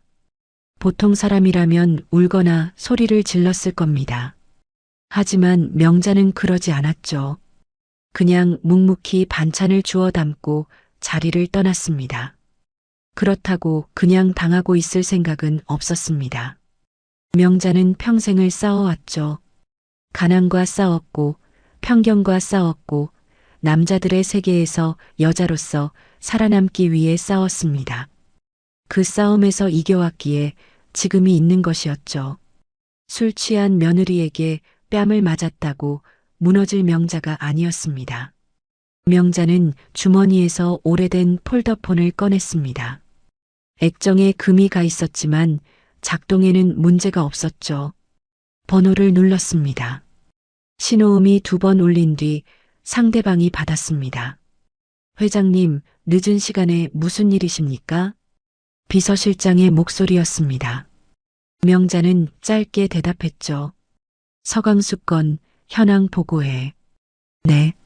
서강수 대표가 운영하는 서진무역이 저희 쪽에 투자 요청을 넣어온 상태입니다. 현재 재무실사 진행 중이고요. 다음 주 중으로 결론 날 예정입니다. 실사 중단해. 그리고 투자건 전면 재검토. 전화기 너머로 잠시 침묵이 흘렀습니다. 회장님, 이미 상당 부분 진행된 건인데요. 중단하면 상대 측에서 반발이. 알아. 그래도 재검토해. 내일 아침 9시까지 보고받을게. 알겠습니다, 회장님. 전화가 끊겼습니다. 명자는 폰을 주머니에 넣고 다시 걷기 시작했죠. 손으로 뺨을 만져보았습니다. 아직도 열이 남아 있었죠. 내일이면 멍이 들지도 모르겠습니다. 하지만 그 멍은 곧 사라질 것이었죠. 반면 지연이 치러야 할 대가는 오래 남을 것이었습니다. 거리의 불빛들이 명자의 얼굴을 비췄습니다. 낡은 점퍼를 입은 초라한 노인의 모습이었죠. 뺨이 붉게 달아오른 채로 보따리를 들고 걷는 모습. 길을 지나는 사람들은 그녀를 거들떠보지도 않았습니다. 그냥 평범한, 아니 평범보다 못한 할머니로 보였을 겁니다. 하지만 그 안에 담긴 무게를 아는 사람은 아무도 없었죠. 조용한 퇴장이었습니다. 하지만 그 조용함 뒤에서 거대한 움직임이 시작되고 있었습니다. 서울의 겨울밤 하늘 아래 복수의 칼날이 조용히 갈리고 있었죠.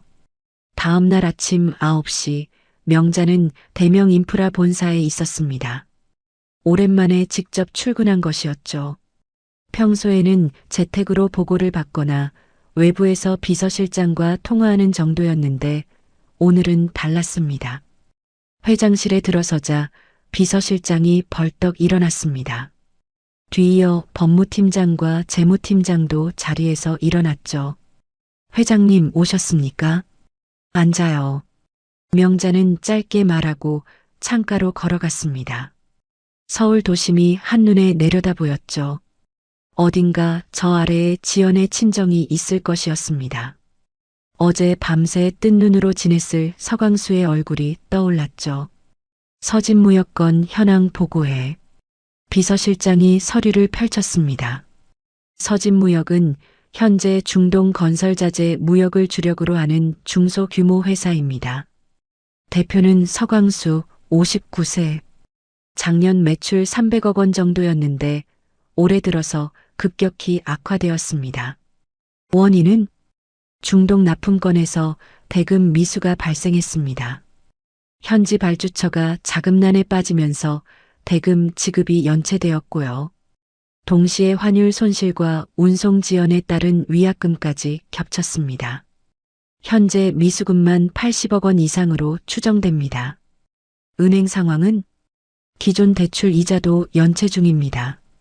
추가 대출은 거절당했고요. 신용등급이 급락해서 어디서도 돈을 빌리기 어려운 상황입니다. 명자는 고개를 끄덕였습니다. 예상했던 대로였죠. 그래서 우리한테 투자를 요청해 온 거군. 네. 200억 원 규모의 투자를 요청해 왔습니다.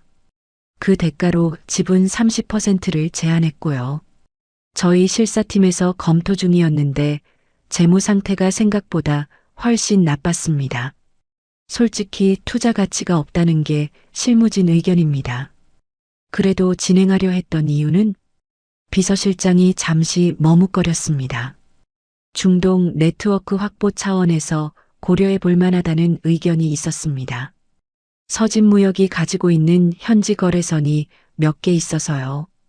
명자는 창밖을 바라보며 말했습니다. 투자권 취소해. 네. 취소하라고. 실사도 중단하고 서진무역 측에 투자 불가 통보해.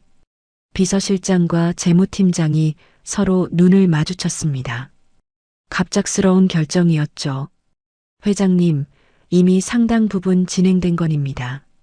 갑자기 취소하면 상대 측에서 반발하면 어쩔 건데? 우리가 투자 안 하겠다는데 강제로 투자하게 만들 수 있어? 비서실장이 입을 다물었습니다. 명자는 돌아서서 자리에 앉았죠. 그리고 한 가지 더. 우리 거래처들 중에 서진무역이랑 거래하는 곳이 있는지 파악해. 네, 확인해 보겠습니다. 확인만 하지 말고 거래 중단하도록 권고해.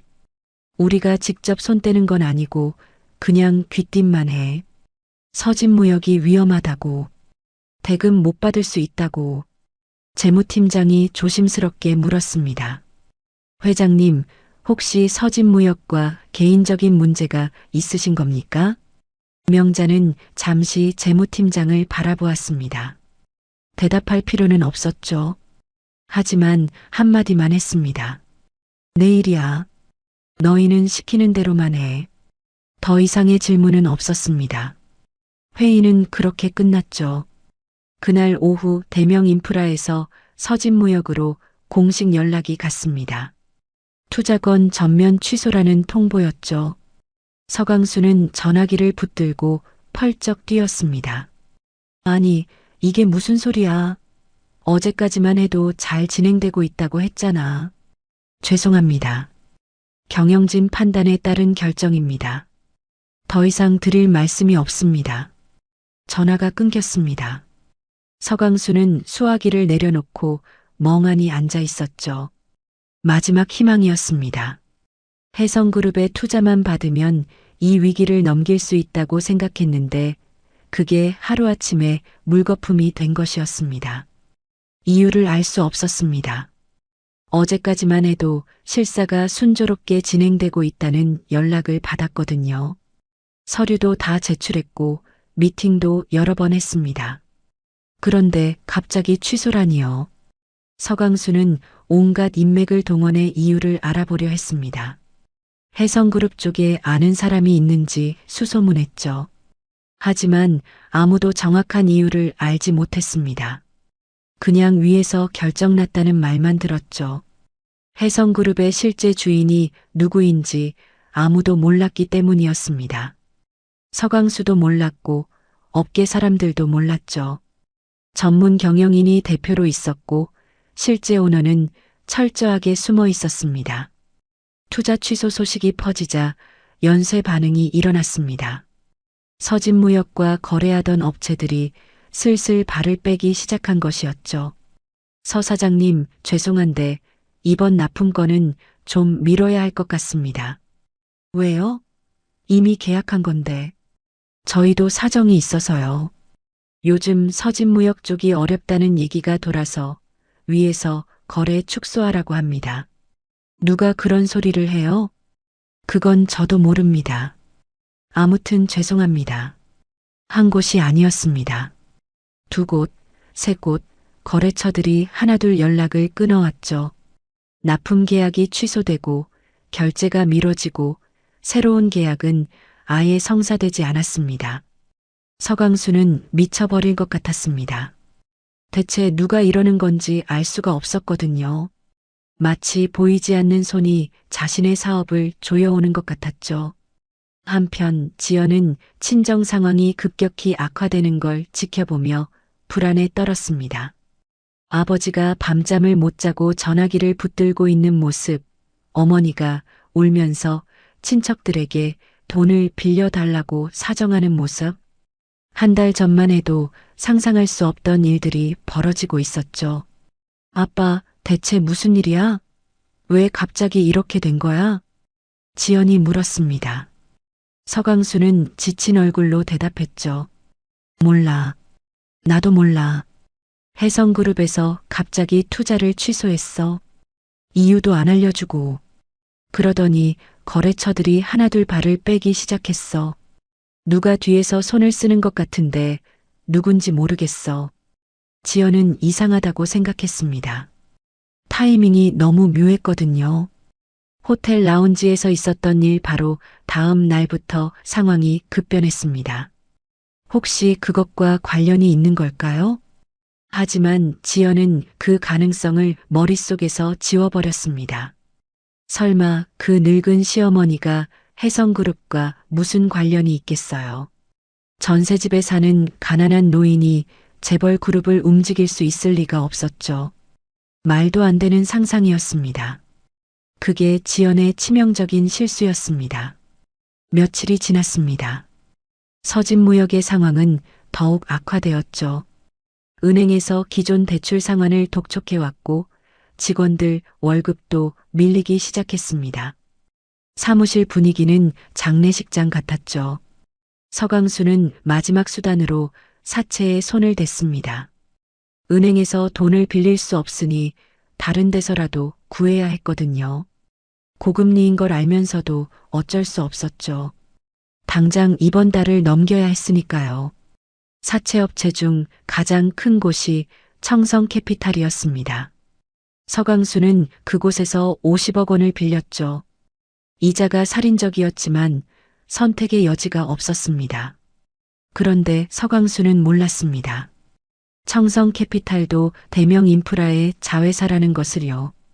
즉, 그가 빌린 돈의 실제 채권자가 바로 이명자라는 것을 말이죠.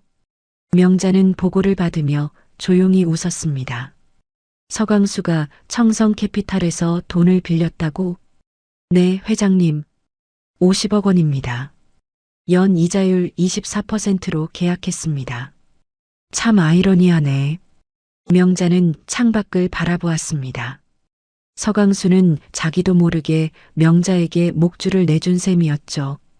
이제 명자 마음먹기에 따라 그 목줄을 당길 수도 늦출 수도 있었습니다. 하지만 명자는 서두르지 않았습니다. 아직 때가 아니었죠. 더 지켜볼 필요가 있었습니다. 그 사이 지연은 점점 더 초조해졌습니다. 친정이 무너지는 걸 지켜보는 것도 힘들었지만 더 힘든 건 도연이의 태도 변화였죠. 호텔 라운지 사건 이후 도연이는 지연에게 냉담해졌습니다. 예전처럼 다정하게 대해주지 않았고 대화도 줄었죠. 밤에 잠자리에서도 등을 돌리고 잤습니다. 오빠 왜 그래? 나한테 화난 거야? 지연이 물었습니다. 도연이는 한참 동안 대답하지 않다가 말했죠. 엄마한테 그렇게 하면 안 되는 거였어. 뭘? 나 뭘 잘못했는데? 사람들 앞에서 반찬을 바닥에 쏟고 돈봉투를 던지고 엄마를 때렸잖아. 그게 사람한테 할 짓이야? 지연의 얼굴이 붉어졌습니다. 그건 어머니가 먼저 잘못한 거잖아. 그런 자리에 그런 행색으로 오면 어떡해. 내가 얼마나 창피했는데. 창피? 내 친정 사업 도와달라고 엄마한테 돈 내놓으라고 압박한 게 창피한 거 아니야? 그건 나 그날 다 봤어. 아버님이 엄마한테 보증금 내놓으라고 한 거. 그게 양가 모임이야? 돈 뜯어내려고 판버린 거지. 도연이의 목소리가 높아졌습니다. 지연은 할 말을 잃었죠. 처음으로 남편이 자신의 편을 들어주지 않는다는 걸 느꼈습니다. 오빠, 나 지금 힘들어. 친정이 무너지게 생겼는데 오빠마저 이러면 나 어떡해. 지연이 울기 시작했습니다. 도연이는 한숨을 쉬었죠. 힘든 건 알아. 근데 그렇다고 엄마한테 그러면 안 되는 거야. 엄마가 뭘 잘못했어? 돈이 없는 게 죄야? 도연이는 방을 나갔습니다. 지연은 혼자 침대에 앉아 울었죠. 한편 명자는 아들에게서 연락을 받았습니다. 엄마, 나야. 그래, 도연아. 엄마, 그날 일. 미안해. 내가 옆에서 막았어야 하는데. 명자는 조용히 들었습니다. 지연이가 너무했어. 나도 알아. 근데 엄마, 지연이 친정이 진짜 힘든가 봐. 요즘 지연이가 밤마다 울어. 그래. 응. 나도 어떻게 해야 할지 모르겠어. 지연이 편도 들어줘야 할 것 같고, 엄마 편도 들어야 할 것 같고. 도연아, 넌 내 판단대로 해. 엄마는 괜찮아. 엄마, 진짜 괜찮아. 걱정하지 마. 전화가 끊겼습니다. 명자는 수화기를 내려놓고 창밖을 바라보았죠. 아들이 갈등하고 있다는 게 느껴졌습니다. 아내와 어머니 사이에서 힘들어하고 있었죠. 명자는 마음이 아팠습니다. 하지만 복수를 멈출 생각은 없었죠. 지연은 아직 진정한 대가를 치르지 않았습니다. 호텔에서 있었던 일, 그 치욕은 아직 청산되지 않았죠. 명자는 기다렸습니다. 적이 더 궁지에 몰릴 때까지, 그리고 스스로 무너질 때까지 조용한 압박은 계속되었습니다. 보이지 않는 손이 서진무역의 숨통을 서서히 조여가고 있었죠. 그리고 그 손의 주인이 누구인지 아직 아무도 몰랐습니다. 서진무역의 상황은 날이 갈수록 악화되었습니다. 사채 이자가 눈덩이처럼 불어났고 직원들이 하나둘 회사를 떠나기 시작했죠. 한때 50명이 넘던 직원이 이제 5명밖에 남지 않았습니다. 서강수의 얼굴은 반쪽이 되었고 지연의 어머니는 하루 종일 방에 틀어박혀 울기만 했죠. 지연은 절박해졌습니다. 어떻게든 돈을 구해야 했죠. 남편 도연이에게는 더 이상 기대할 수 없었습니다. 이미 적금을 깨서줬고 그 이상은 없었거든요.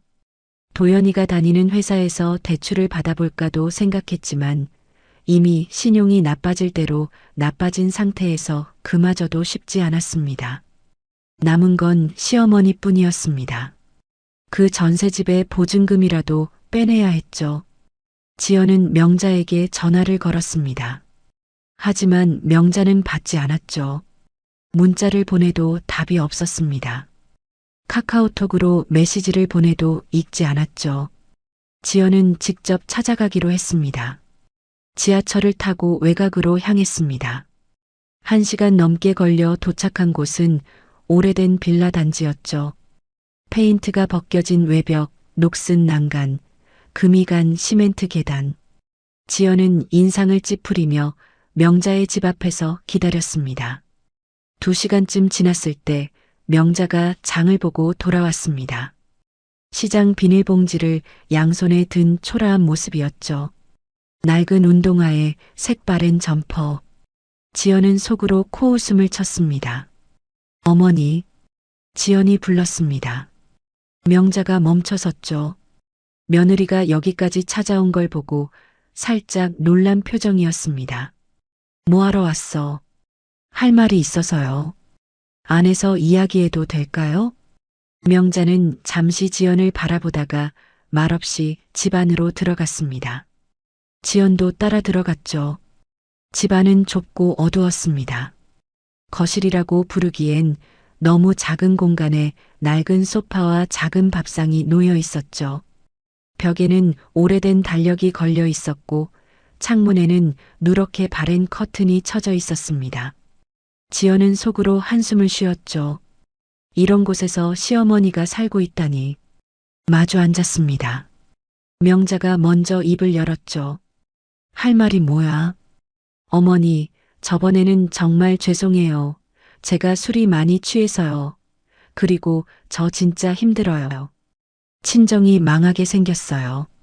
아버지가 사채까지 쓰셨는데 이자를 못 갚으면 집이 넘어갈 것 같아요. 지연의 목소리가 떨렸습니다. 연기인지 진심인지 명자는 알 수 없었죠. 제발 도와주세요. 보증금만 빌려주시면 돼요. 나중에 꼭 갚을게요. 약속해요.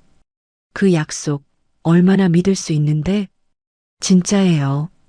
이번만 넘기면 다 해결돼요. 아버지가 다른 데서 투자 받으려고 계속 알아보고 계세요. 명자는 한숨을 쉬었습니다. 그리고 조용히 물었죠. 지연아, 내가 그날 호텔에서 당한 일 기억나? 지연의 표정이 굳어졌습니다. 반찬을 바닥에 쏟고 돈봉투를 내 가슴에 던지고 나를 때리고 수치라고 했지. 사람들 다 보는 앞에서 내 인생에서 그런 일은 처음이었어. 그건 제가 너무 술에 취하고 흥분해서 죄송해요. 술 취하고 흥분하면 시어머니한테 그래도 돼? 내가 뭘 잘못했길래 그런 대접을 받아야 하는 거야? 지연이 고개를 숙였습니다. 명자는 담담하게 말을 이었죠. 나는 내가 사과하길 기다렸어. 진심으로 잘못했다고 말해주길 바랐어. 전화 한 통이라도 하면 내가 마음이 좀 풀렸을지도 몰라. 근데 넌 사과 대신 또 돈 달라고 왔네. 어머니, 저 진짜 잘못했어요. 미안해요. 진심이에요. 지연이 눈물을 글썽이며 말했습니다. 하지만 명자는 그 눈물이 진심인지 아닌지 확신할 수 없었죠. 이 며느리는 필요하면 언제든 눈물을 흘릴 수 있는 사람이었으니까요. 지연아, 돌아가라. 보증금은 못 빌려줘. 어머니, 더 이상 할 말 없어. 가. 명자가 일어섰습니다. 지연도 일어섰죠. 지연의 눈에 분노가 스쳤습니다. 굴욕감과 분노가 뒤섞인 표정이었죠. 하지만 억지로 눌렀습니다. 알겠어요. 가볼게요. 지연이 돌아갔습니다. 현관문이 쾅 닫히는 소리가 들렸죠. 명자는 창밖을 바라보았습니다. 지연의 뒷모습이 계단을 내려가는 게 보였죠. 어깨가 잔뜩 굳어 있었습니다. 저 며느리가 다음에 무슨 짓을 할지 명자는 예상하고 있었습니다. 정상적인 방법이 안 통하면 비정상적인 방법을 쓸 것이었죠. 그게 지연이라는 사람이었습니다. 며칠 후 예상대로 이상한 일이 벌어지기 시작했습니다. 먼저 보험회사에서 연락이 왔습니다. 이명자 고객님이시죠? 저희 생명보험 상품 관련해서 확인드릴 게 있어서요. 무슨 일인데요? 고객님 명의로 되어 있는 종신보험이 있는데 수익자 변경 요청이 들어와서요. 현재 수익자가 아드님으로 되어 있는데 며느리분으로 바꿔달라는 요청이 있었습니다. 명자의 눈이 커졌습니다. 수익자 변경? 누가 그런 요청을 했어요? 가족분이라고 하시던데요. 서지연 씨라고 며느리분이신 것 같습니다. 위임장을 가지고 오셨는데 본인 확인이 필요해서 연락드렸습니다. 그 요청 절대 승인하지 마세요. 저는 그런 요청한 적 없어요. 위임장도 쓴 적 없고요. 네, 알겠습니다. 본인 확인이 안 돼서 저희도 처리를 보류하고 있었습니다. 다행이네요. 전화를 끊고 명자는 생각에 잠겼습니다. 지연이 움직이기 시작한 것이었죠. 위임장까지 위조해서 보험 수익자를 바꾸려 하다니. 이건 시작에 불과할 것이었습니다. 예상대로 며칠 뒤 더 심각한 일이 벌어졌습니다. 구청 복지과에서 연락이 왔습니다. 이명자님 맞으시죠? 혹시 후견인 지정 관련해서 아시는 거 있으세요? 후견인 지정이요? 무슨 말이에요? 누군가 이명자님을 피후견인으로 하는 성년후견 개시 심판을 법원에 청구했더라고요. 저희가 현황 파악차 연락드린 겁니다. 명자는 순간 귀를 의심했습니다. 성년후견 개시 심판. 그건 치매나 정신질환으로 판단 능력이 없는 사람에게 후견인을 붙이는 제도였죠. 후견인이 되면 피후견인의 재산과 신상에 관한 모든 결정권을 가지게 됩니다. 누군가 명자를 정신적 무능력자로 만들려 하고 있었습니다. 누가 그런 청구를 했는지 알 수 있나요? 저희가 자세한 건 알려드리기 어렵고요. 법원에 확인해 보시는 게 좋을 것 같습니다. 전화를 끊고 명자는 바로 법무팀장에게 연락했습니다. 최 변호사 나야. 무슨 일이십니까, 회장님? 누군가 나를 상대로 성년후견 개시 심판을 청구했대. 알아봐줘. 누가 했는지, 어떤 근거로 했는지 전부 다. 알겠습니다. 바로 확인해 보겠습니다. 몇 시간 뒤 법무팀장에게서 연락이 왔습니다. 회장님 확인했습니다. 청구인은 서지연 씨입니다. 회장님의 며느리죠. 명자는 이를 악물었습니다. 근거가 뭐래? 회장님이 최근 들어 기억력 감퇴와 판단력 저하 증상을 보이고 있다고 주장했습니다. 치매 초기라는 의사 소견서도 첨부했고요. 내가 언제 병원에 갔다고 소견서가 있어? 그게 문제입니다. 저희가 확인해 보니 해당 의사가 회장님을 실제로 진료한 기록이 없습니다. 소견서가 위조된 것 같습니다. 가짜 진단서를 만들었다는 거야? 그렇습니다. 의사를 매수하거나 아니면 다른 방법으로 위조한 것 같습니다. 이건 명백한 사문서 위조이고 사기죄에도 해당될 수 있습니다. 명자는 한참 동안 말이 없었습니다. 지연이 여기까지 갈 줄은 몰랐죠. 시어머니를 치매 환자로 몰아서 후견인이 되려는 것이었습니다. 후견인이 되면 피후견인의 재산을 마음대로 관리할 수 있었거든요. 보증금은 물론이고 모든 통장과 부동산까지요. 막을 수 있어? 물론입니다. 회장님이 정상이라는 건 저희 임원진 수십 명이 증언할 수 있습니다. 어제도 회의에서 날카로운 지적을 하셨잖습니까? 치매 환자가 그런 판단을 할 수 있겠습니까? 그래. 허위 진단서 건은 오히려 역으로 고소할 수 있습니다.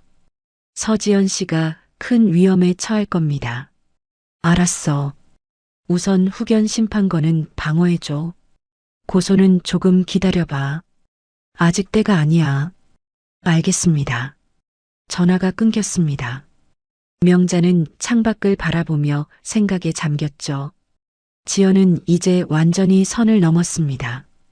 보험 수익자 변경 시도, 위임장 위조, 허위 진단서로 후견인 신청. 이건 단순한 돈 문제가 아니었죠. 시어머니의 인격과 자유를 송두리째 빼앗으려는 시도였습니다. 명자는 분노가 치밀었지만 침착함을 잃지 않았습니다. 오히려 마음이 정리되는 느낌이었죠.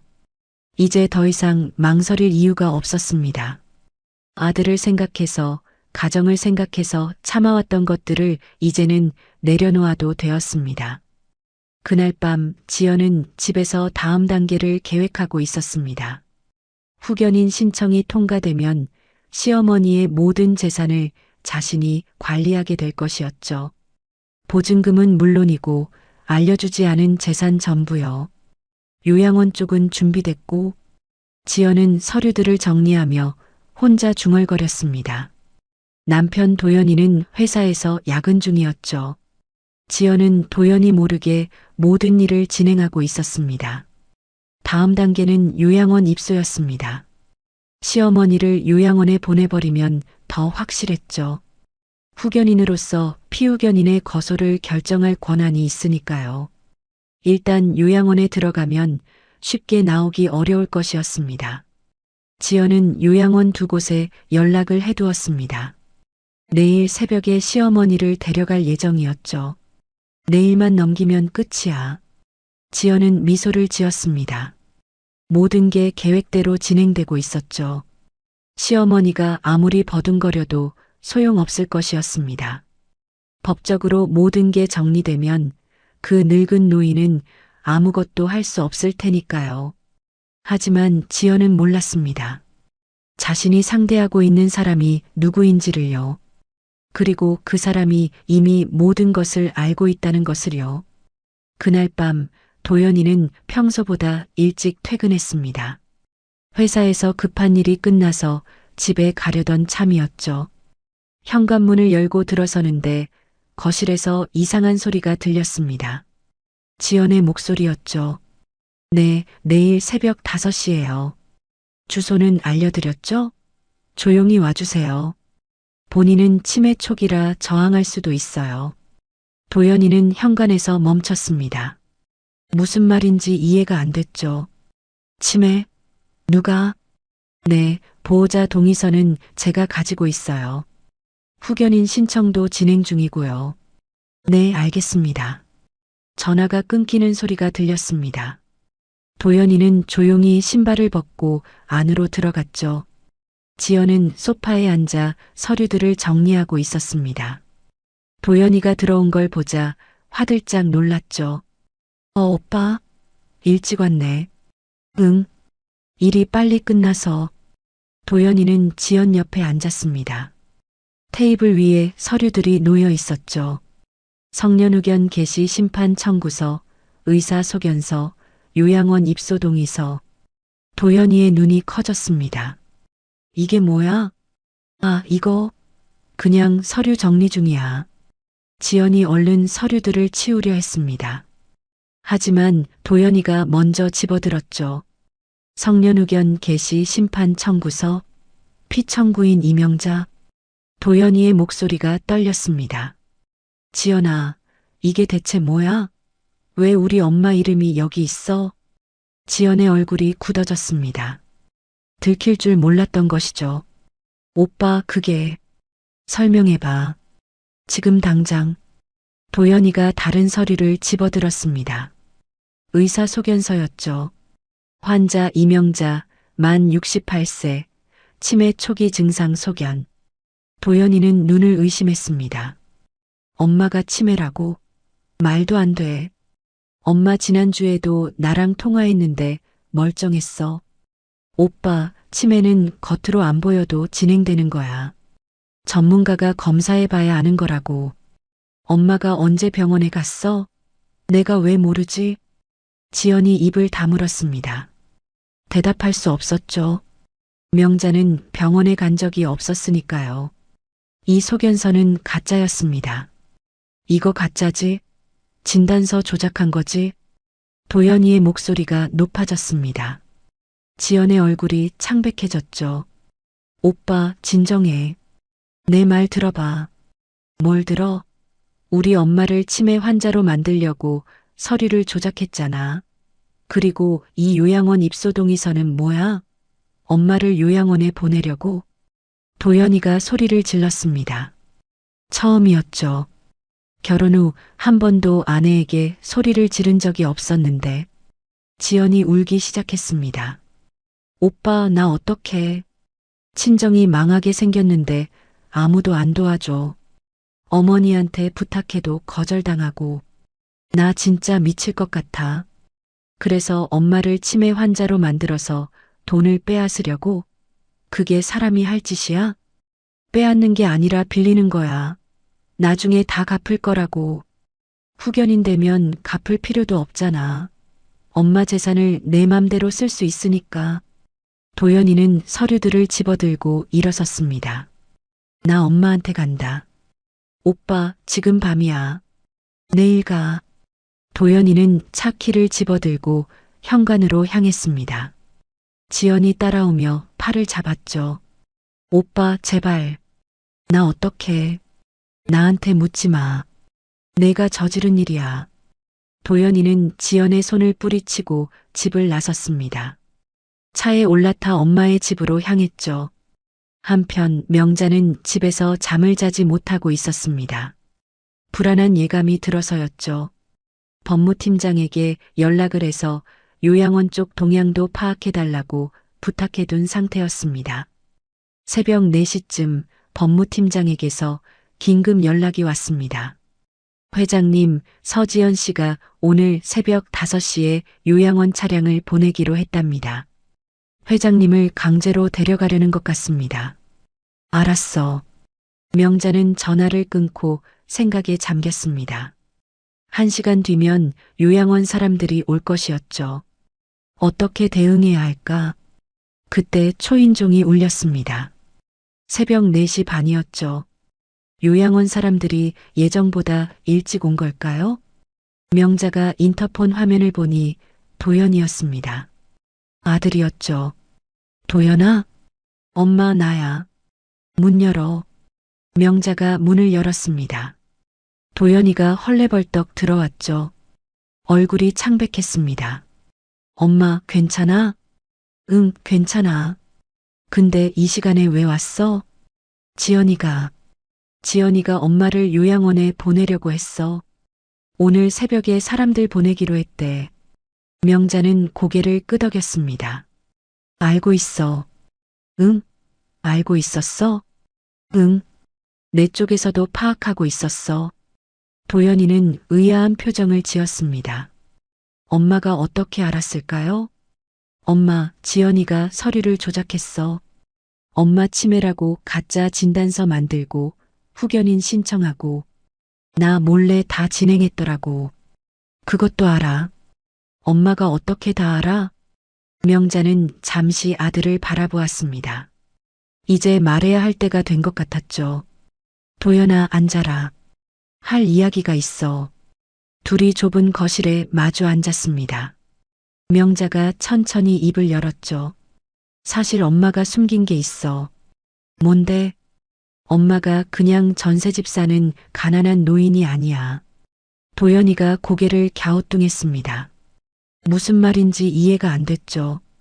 엄마가 대명 인프라라는 회사 알아? 알지. 중동 쪽에서 큰 회사잖아. 근데 그게 왜? 그 회사 주인이 엄마야. 도연이는 입을 딱 벌렸습니다. 뭐라고? 엄마가 대명 인프라 회장이야. 30년 전에 내가 직접 세운 회사야. 말도 안 돼. 엄마가? 응. 믿기 어렵겠지만 사실이야. 도연이는 한참 동안 말을 잇지 못했습니다. 머릿속이 하얘졌죠. 그럼 엄마가 왜 이런 데서 살아? 왜 나한테 말 안 했어? 널 위해서였어. 재벌집 아들로 자라면 내가 망가질까봐. 평범하게 살길 바랐어. 도연이는 눈물이 났습니다. 배신감이 아니라 미안함 때문이었죠. 엄마가 그동안 얼마나 힘들었을까. 혼자서 그 비밀을 안고 살면서 엄마, 울지 마. 괜찮아. 그때 밖에서 차 소리가 들렸습니다. 명자가 창문으로 내다보니 흰색 승합차가 빌라 앞에 멈춰 서 있었죠. 요양원 차량이었습니다. 왔네. 명자가 담담하게 말했습니다. 도연이가 벌떡 일어났죠. 엄마, 내가 막을게. 괜찮아. 내가 할게. 명자가 먼저 현관으로 향했습니다. 도연이도 따라갔죠. 문을 열자 흰 가운을 입은 사람 3명이 서 있었습니다. 그 뒤로 승합차 기사도 보였죠. 이명자님 맞으시죠? 저희 요양원에서 나왔습니다. 보호자분이 의뢰하셔서요.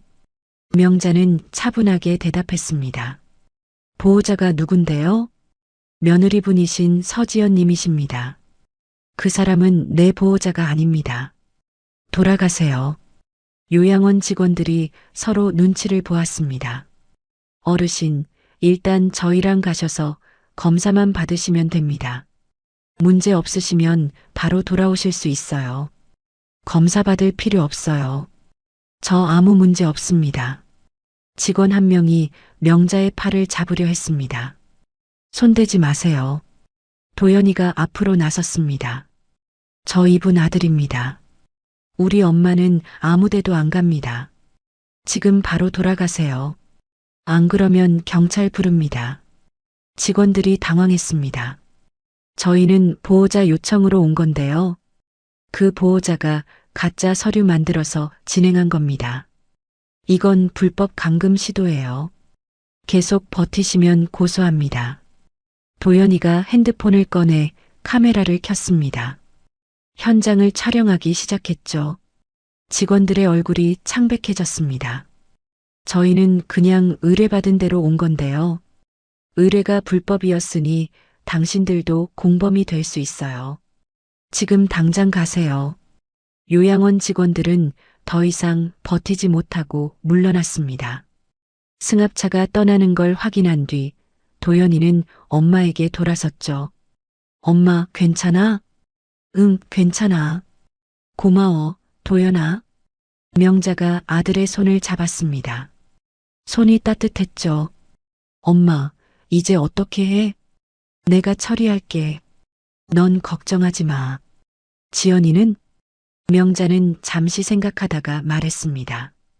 그건 내가 결정해야 해. 엄마가 대신 결정해 줄 순 없어. 도연이는 고개를 끄덕였습니다. 이미 마음은 정해져 있었죠. 이런 짓을 한 사람과 더 이상 함께할 수는 없었습니다. 요양원 사건이 있은 뒤 모든 것이 빠르게 움직이기 시작했습니다. 먼저 법적 대응이 시작되었죠. 명자의 법무팀은 서지연을 상대로 여러 건의 고소를 준비했습니다. 사문서 위조, 사기 미수, 감금 미수, 허위 진단서를 만들어 후견인 신청을 한 것, 보험 수익자 변경을 위해 위임장을 위조한 것, 요양원을 동원해 강제로 데려가려 한 것, 모든 게 증거로 남아 있었죠. 경찰에서 지연에게 출석 요구가 갔습니다. 지연은 처음에 부인하려 했지만 증거가 너무 명확했죠. 요양원 측에서도 자신들은 모르고 의뢰받은 것이라며 모든 서류를 경찰에 제출했습니다. 지연은 변호사를 선임했지만 상황은 이미 걷잡을 수 없었죠. 허위 진단서를 발급해준 의사도 조사를 받기 시작했습니다.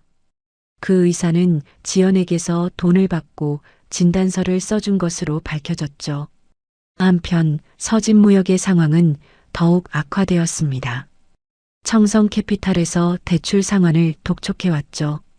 원래 약속된 기한보다 훨씬 빠른 요구였습니다. 서 사장님, 상환 기한을 일주일로 단축합니다. 50억 원을 일주일 안에 상환해 주셔야 합니다. 뭐라고요? 갑자기 왜요? 저희 쪽 사정이 있습니다. 자세한 건 말씀드리기 어렵고요. 서강수는 패닉에 빠졌습니다. 50억 원을 일주일 안에 갚으라니. 그건 불가능했죠.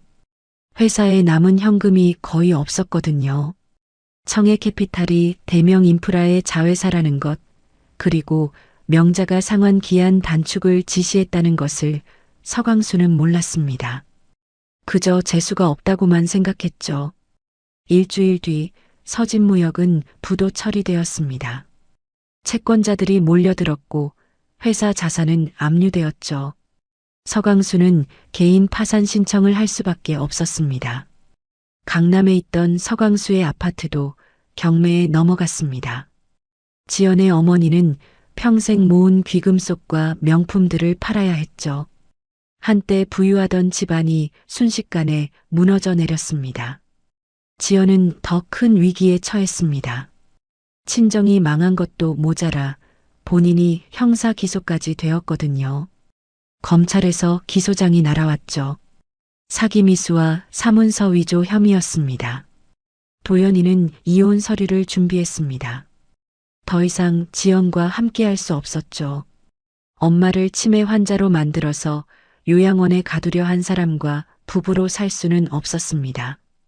오빠, 제발. 내가 잘못했어. 용서해줘. 지연이 울면서 매달렸습니다. 하지만 도연이는 흔들리지 않았죠. 지연아, 우리 끝이야. 내가 한 짓은 용서할 수 없어. 오빠 없으면 나 어떡해. 친정도 망했는데. 그건 내가 감당해야 할 일이야. 나는 더 이상 못해. 이혼 소송이 시작되었습니다. 지연은 위자료를 요구했지만 오히려 도연이 쪽에서 역으로 위자료를 청구했죠. 사기 결혼이라는 주장이었습니다. 지연이 결혼 전 이혼 경력이 밝혀졌거든요. 법정에서 지연은 울면서 용서를 빌었습니다. 하지만 판사는 냉정했죠. 피고인의 행위는 계획적이고 조직적입니다. 피해자에 대한 진정한 반성이 보이지 않습니다. 지연은 결국 집행유예를 선고받았습니다. 감옥에 가지는 않았지만 전과자가 되었죠. 이혼 재판에서도 지연에게 불리한 판결이 났습니다. 위자료는 한 푼도 받지 못했고 오히려 도연이에게 배상금을 물어야 했죠. 모든 것을 잃은 지연은 서울을 떠나야 했습니다. 갈 곳이 없었죠. 부모님도 파산해서 작은 월세방으로 쫓겨난 상태였습니다. 한때 강남의 고급 아파트에서 명품을 두르고 살던 사람이 이제는 월세방에서 끼니를 걱정해야 하는 처지가 되었죠. 명자는 이 모든 과정을 지켜보았습니다. 복수가 완성되어 가고 있었죠. 하지만 마음이 편하지는 않았습니다. 오히려 공허함이 밀려왔죠. 이게 내가 원하던 건가? 명자는 창밖을 바라보며 혼자 중얼거렸습니다. 적이 무너지는 모습을 보면 통쾌할 줄 알았는데 그렇지 않았죠. 그냥 허무했습니다. 도연이가 찾아왔습니다. 엄마, 이혼 끝났어. 그래. 고생했다. 엄마한테 미안해. 내가 진작 알아챘어야 했는데. 내 잘못 아니야. 넌 속은 거야. 명자가 아들의 손을 잡았습니다. 도연아, 이제 새로 시작하면 돼. 아직 젊잖아. 도연이는 고개를 끄덕였습니다. 힘든 시간이었지만 이제 끝이 보이기 시작했죠. 모든 것이 끝난 뒤 명자는 오랜만에 남대문 시장을 찾았습니다. 30년 전 중동에서 돌아와 처음 사무실을 열었던 곳이었죠. 시장 골목을 걸으며 옛 기억이 떠올랐습니다. 영등포의 낡은 건물 4층, 책상 2개와 전화기 1대. 그게 시작이었죠. 아무것도 없었지만 꿈은 있었습니다. 그 꿈이 지금의 대명 인프라를 만들었죠. 명자는 결심했습니다. 재산의 상당 부분을 사회에 환원하기로요. 장학재단을 만들고 노인복지기금도 조성했죠. 어려운 청년들이 꿈을 펼칠 수 있도록, 외로운 노인들이 존엄하게 살 수 있도록. 도연이가 물었습니다. 엄마, 왜 다 나눠주려고 해? 돈은 가져가는 게 아니야. 나누는 거야. 빈손으로 왔으니 빈손으로 가도 돼. 명자는 미소를 지었습니다. 근데 내가 도울 수 있는 사람들은 돕고 가야지. 도연이는 고개를 끄덕였습니다. 엄마가 어떤 사람인지 이제야 제대로 알게 된 것 같았죠. 명자는 시장 골목을 걸으며 생각했습니다. 68회를 살아왔죠. 가난했던 시절도 있었고 부자가 된 시절도 있었습니다. 무시당했던 적도 있었고 존경받았던 적도 있었죠. 하지만 결국 중요한 건 마음이었습니다. 비싼 옷을 입어도 마음이 가난하면 소용없고 낡은 옷을 입어도 마음이 따뜻하면 그게 진짜 부자였죠. 노년의 존엄은 누구도 빼앗을 수 없습니다. 스스로 지키는 것이니까요. 명자는 하늘을 올려다보았습니다. 맑은 날이었죠. 새로운 시작이었습니다. 오늘 사연 여러분께는 어떻게 들리셨나요? 끝까지 들어주셔서 감사드리고요. 영상이 마음에 와닿으셨다면 구독과 좋아요, 알림 설정 꼭 부탁드립니다.